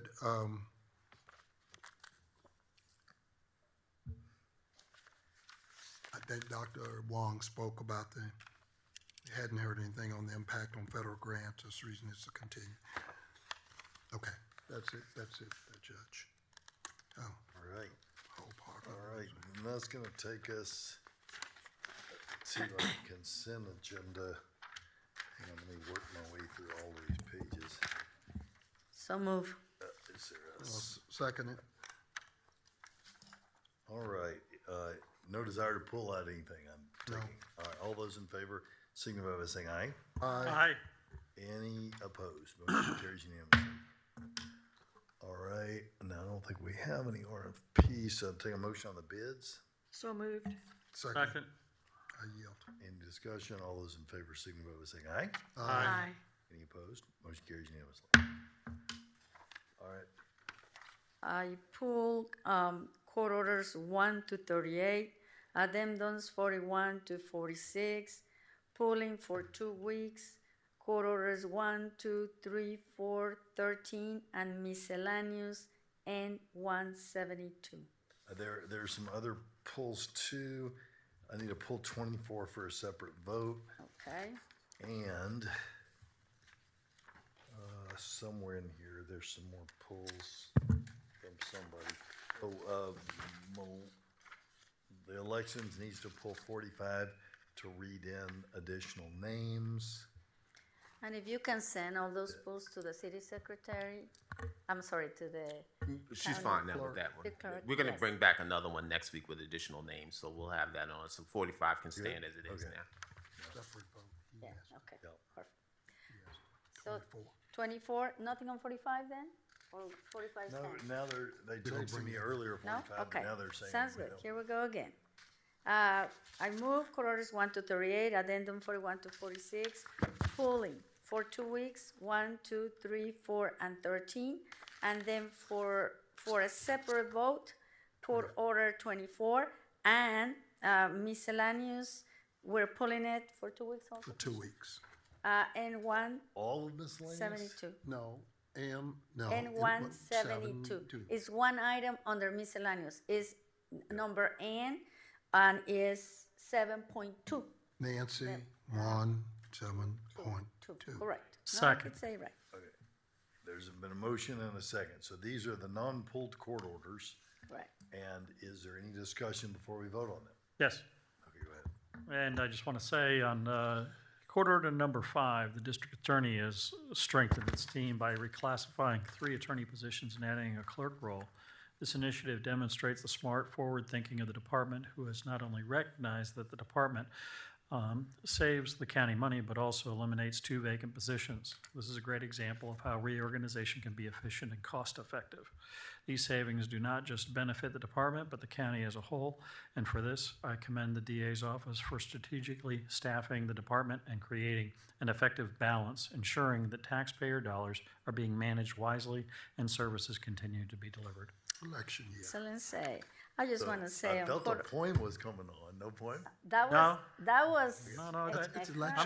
I'm reserving myself. It's election. that was very good, Commissioner Sermon. Are you election. done? I'm done. Yeah. Okay, I wanted to mention, the district clerk. I mean, we have been seeing some of the problems with Odyssey, and the way the county court is helping the district clerk is by adding 8 individuals for a period of 9 months to help us streamload the process, hopefully with better results. Court order number 6, Dallas County Welfare Board requests the county reimbursement available to the Department of 54,800. I know 54,800. I know they were asking for that, and they sent us a memo. It's here in front of us. And that is facilities. I mean, we continue to work, to be sure that, our buildings, George Allen, I know, and of course, the Luster Jail have the repairs that they need. Thank you. Thank you, Judge. Mr. Martin, I don't want, we get selective amnesia. I'm not going to even talk about what we did in civil service with regards to jury services. I didn't see it in the budget. All of those positions.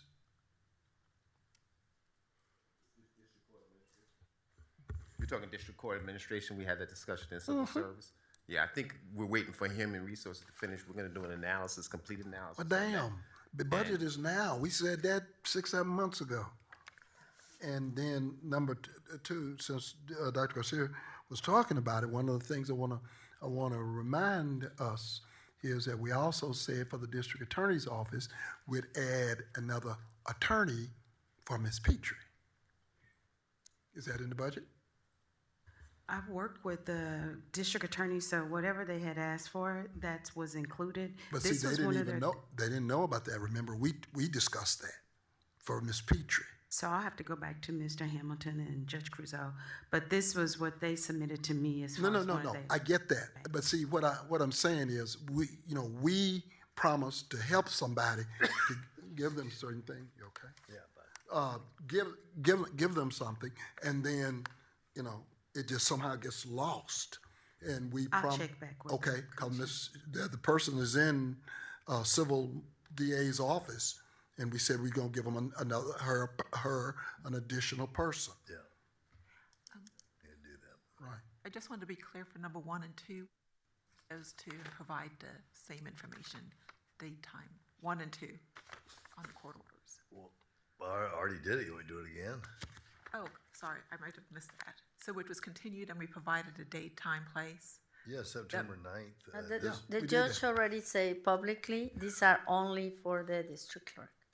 Okay. Is that what you? I know we did that for the hearing, but I didn't hear us do it for the court orders. Do you want me to Okay, specify? well, here, I'll say it for the court orders then. Let me go back over here. Okay, so for the, for the court orders that are being pulled, the first, 1, 2, 3, and 4. yeah, my thing's a little slow.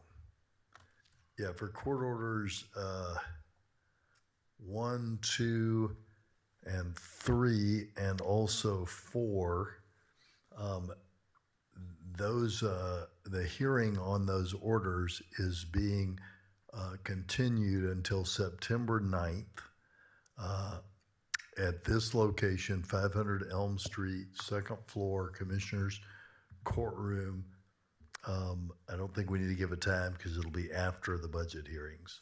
So it'll be sometime after we have more hearings on those. After 10 o'clock. Yeah, after our 10 o'clock hearings. Okay. Good? We good? Okay. So we're voting on, Yeah, the the call the non-pulled question. ones. Call the question. All those in favor signify by saying aye. Aye. Any opposed? Motion carries unanimously. Court order 24 is before 24. us. I move. Second. Any unreadiness? All those in favor signify by saying aye. Aye. And I abstain. Well, I want to say something before, you call the question. You know, this is good. This is a good program because it's going to the people that have the highest mortality rate. You know, however, it is open for people who have questions, and for what I understand for Dr. Huang and his team, you know, if there's a mother that needs a car seat, if there's anyone that needs additional information, it's open for everyone. So with that, I'll support this item. All right. Also, I just had some tiny questions. Who would I talk with regarding Court Order 16? And it's the Purdue Pharma direct settlement stuff. Would I talk with? That was what we had in closed session. Yeah, Okay. closed session. Okay. And so that's just accepting it. That's not where it's going to be spent. Correct. Yeah. Because it wasn't pulled. All right. I think that's got us up to the public speakers, doesn't it? Yeah. Yes. Okay. All right. So I've got a. Yes, and Judge, the district clerk has had some problems with last week and this week. So there were some people in the public speakers that were from last week that were added this week. And some people that were going to speak next week that were pulled on this week. Right. So that's what I put you in the speaker list. Right. And so I've got a list that has Elaine Campbell, who spoke last week. Right. David Yes. Espinosa, who doesn't want to speak this That's right. week. The first speaker is Ms. first Catherine speaker Guerra. is Catherine Guerra. Catherine Guerra. All right. If you're online, Ms. Guerra, and you can make it on by the time these other speakers, finish, then we'll hear from you. The next one is Dolores Phillips, and I don't see Dolores. Yeah, she was. She was here, right? I can see her. Dolores. She's coming. Okay. She's outside, but coming in. Thank you. Hey. Thank you. Thank you. All right. There she is.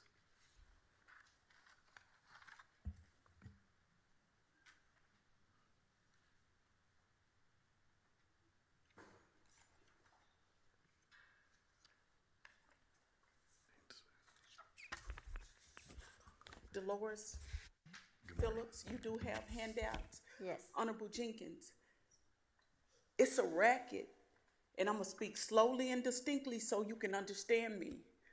In the case of PR-23-03429-2, the guardian, the court-appointed attorney ad litem, Sharma, Deputy Sharma, didn't do what she said she did with my dad. She said that she went to see him at Baylor in 2023. The last time he was at Baylor was 2019. In the divorce decree, there's quadros.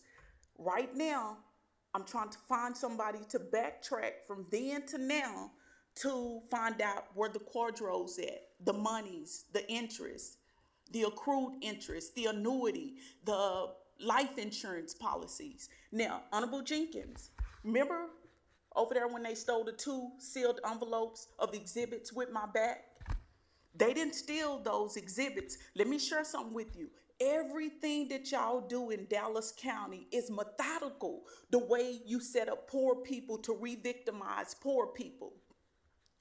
When you took me to Green Oaks, Corporal Cotner himself was a mentally ill officer who admitted that he was, but you promoted him and gave him a position and gave him the ability to take someone to a place like that when he confessed to be a mentally ill person, being raised in the home of a mentally ill person. When you took me to Green Oaks, that meeting was prearranged by Mayor Rollins 2 to 3 weeks prior.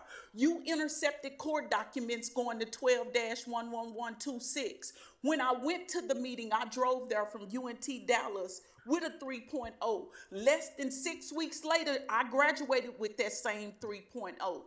Now, stay with me, because Honorable Judge Warren, she did full investigations. Y'all have the court orders 1, 2, 3, and 4. Honorable Warren, and I'm going to speak it because I believe it's stolen identity, and y'all derailed the monies from my mom's and dad's estates before they were even sick. I really believe that, because I think when poor people can't understand 401ks, pensions, annuities, and all of that, then it's easy for you to reroute them money somewhere else and they never even know that it's missing. My dad and my mom never knew about anything until I became his POA in 2019.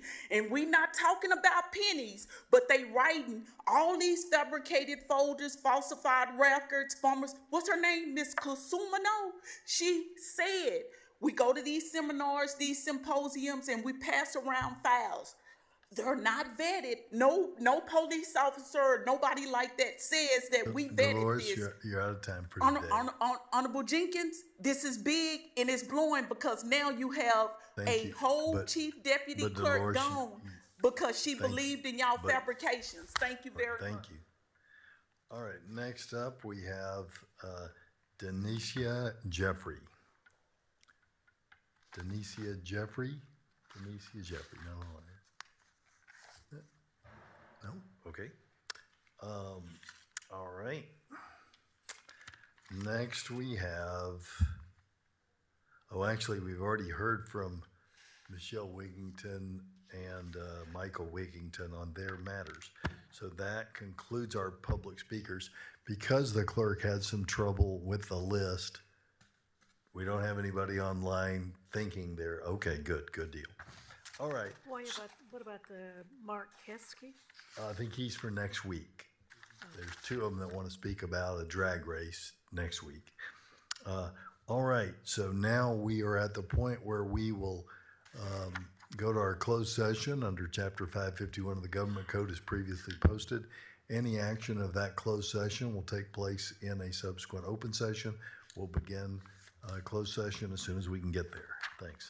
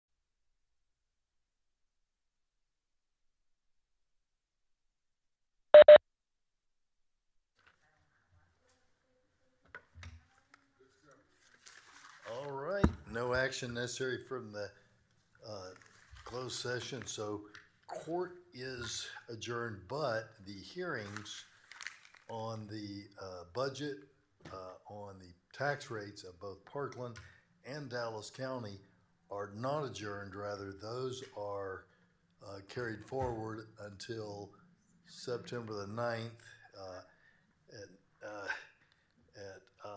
10 o'clock in this room at 500 Elm Street, second floor, Commissioners Court.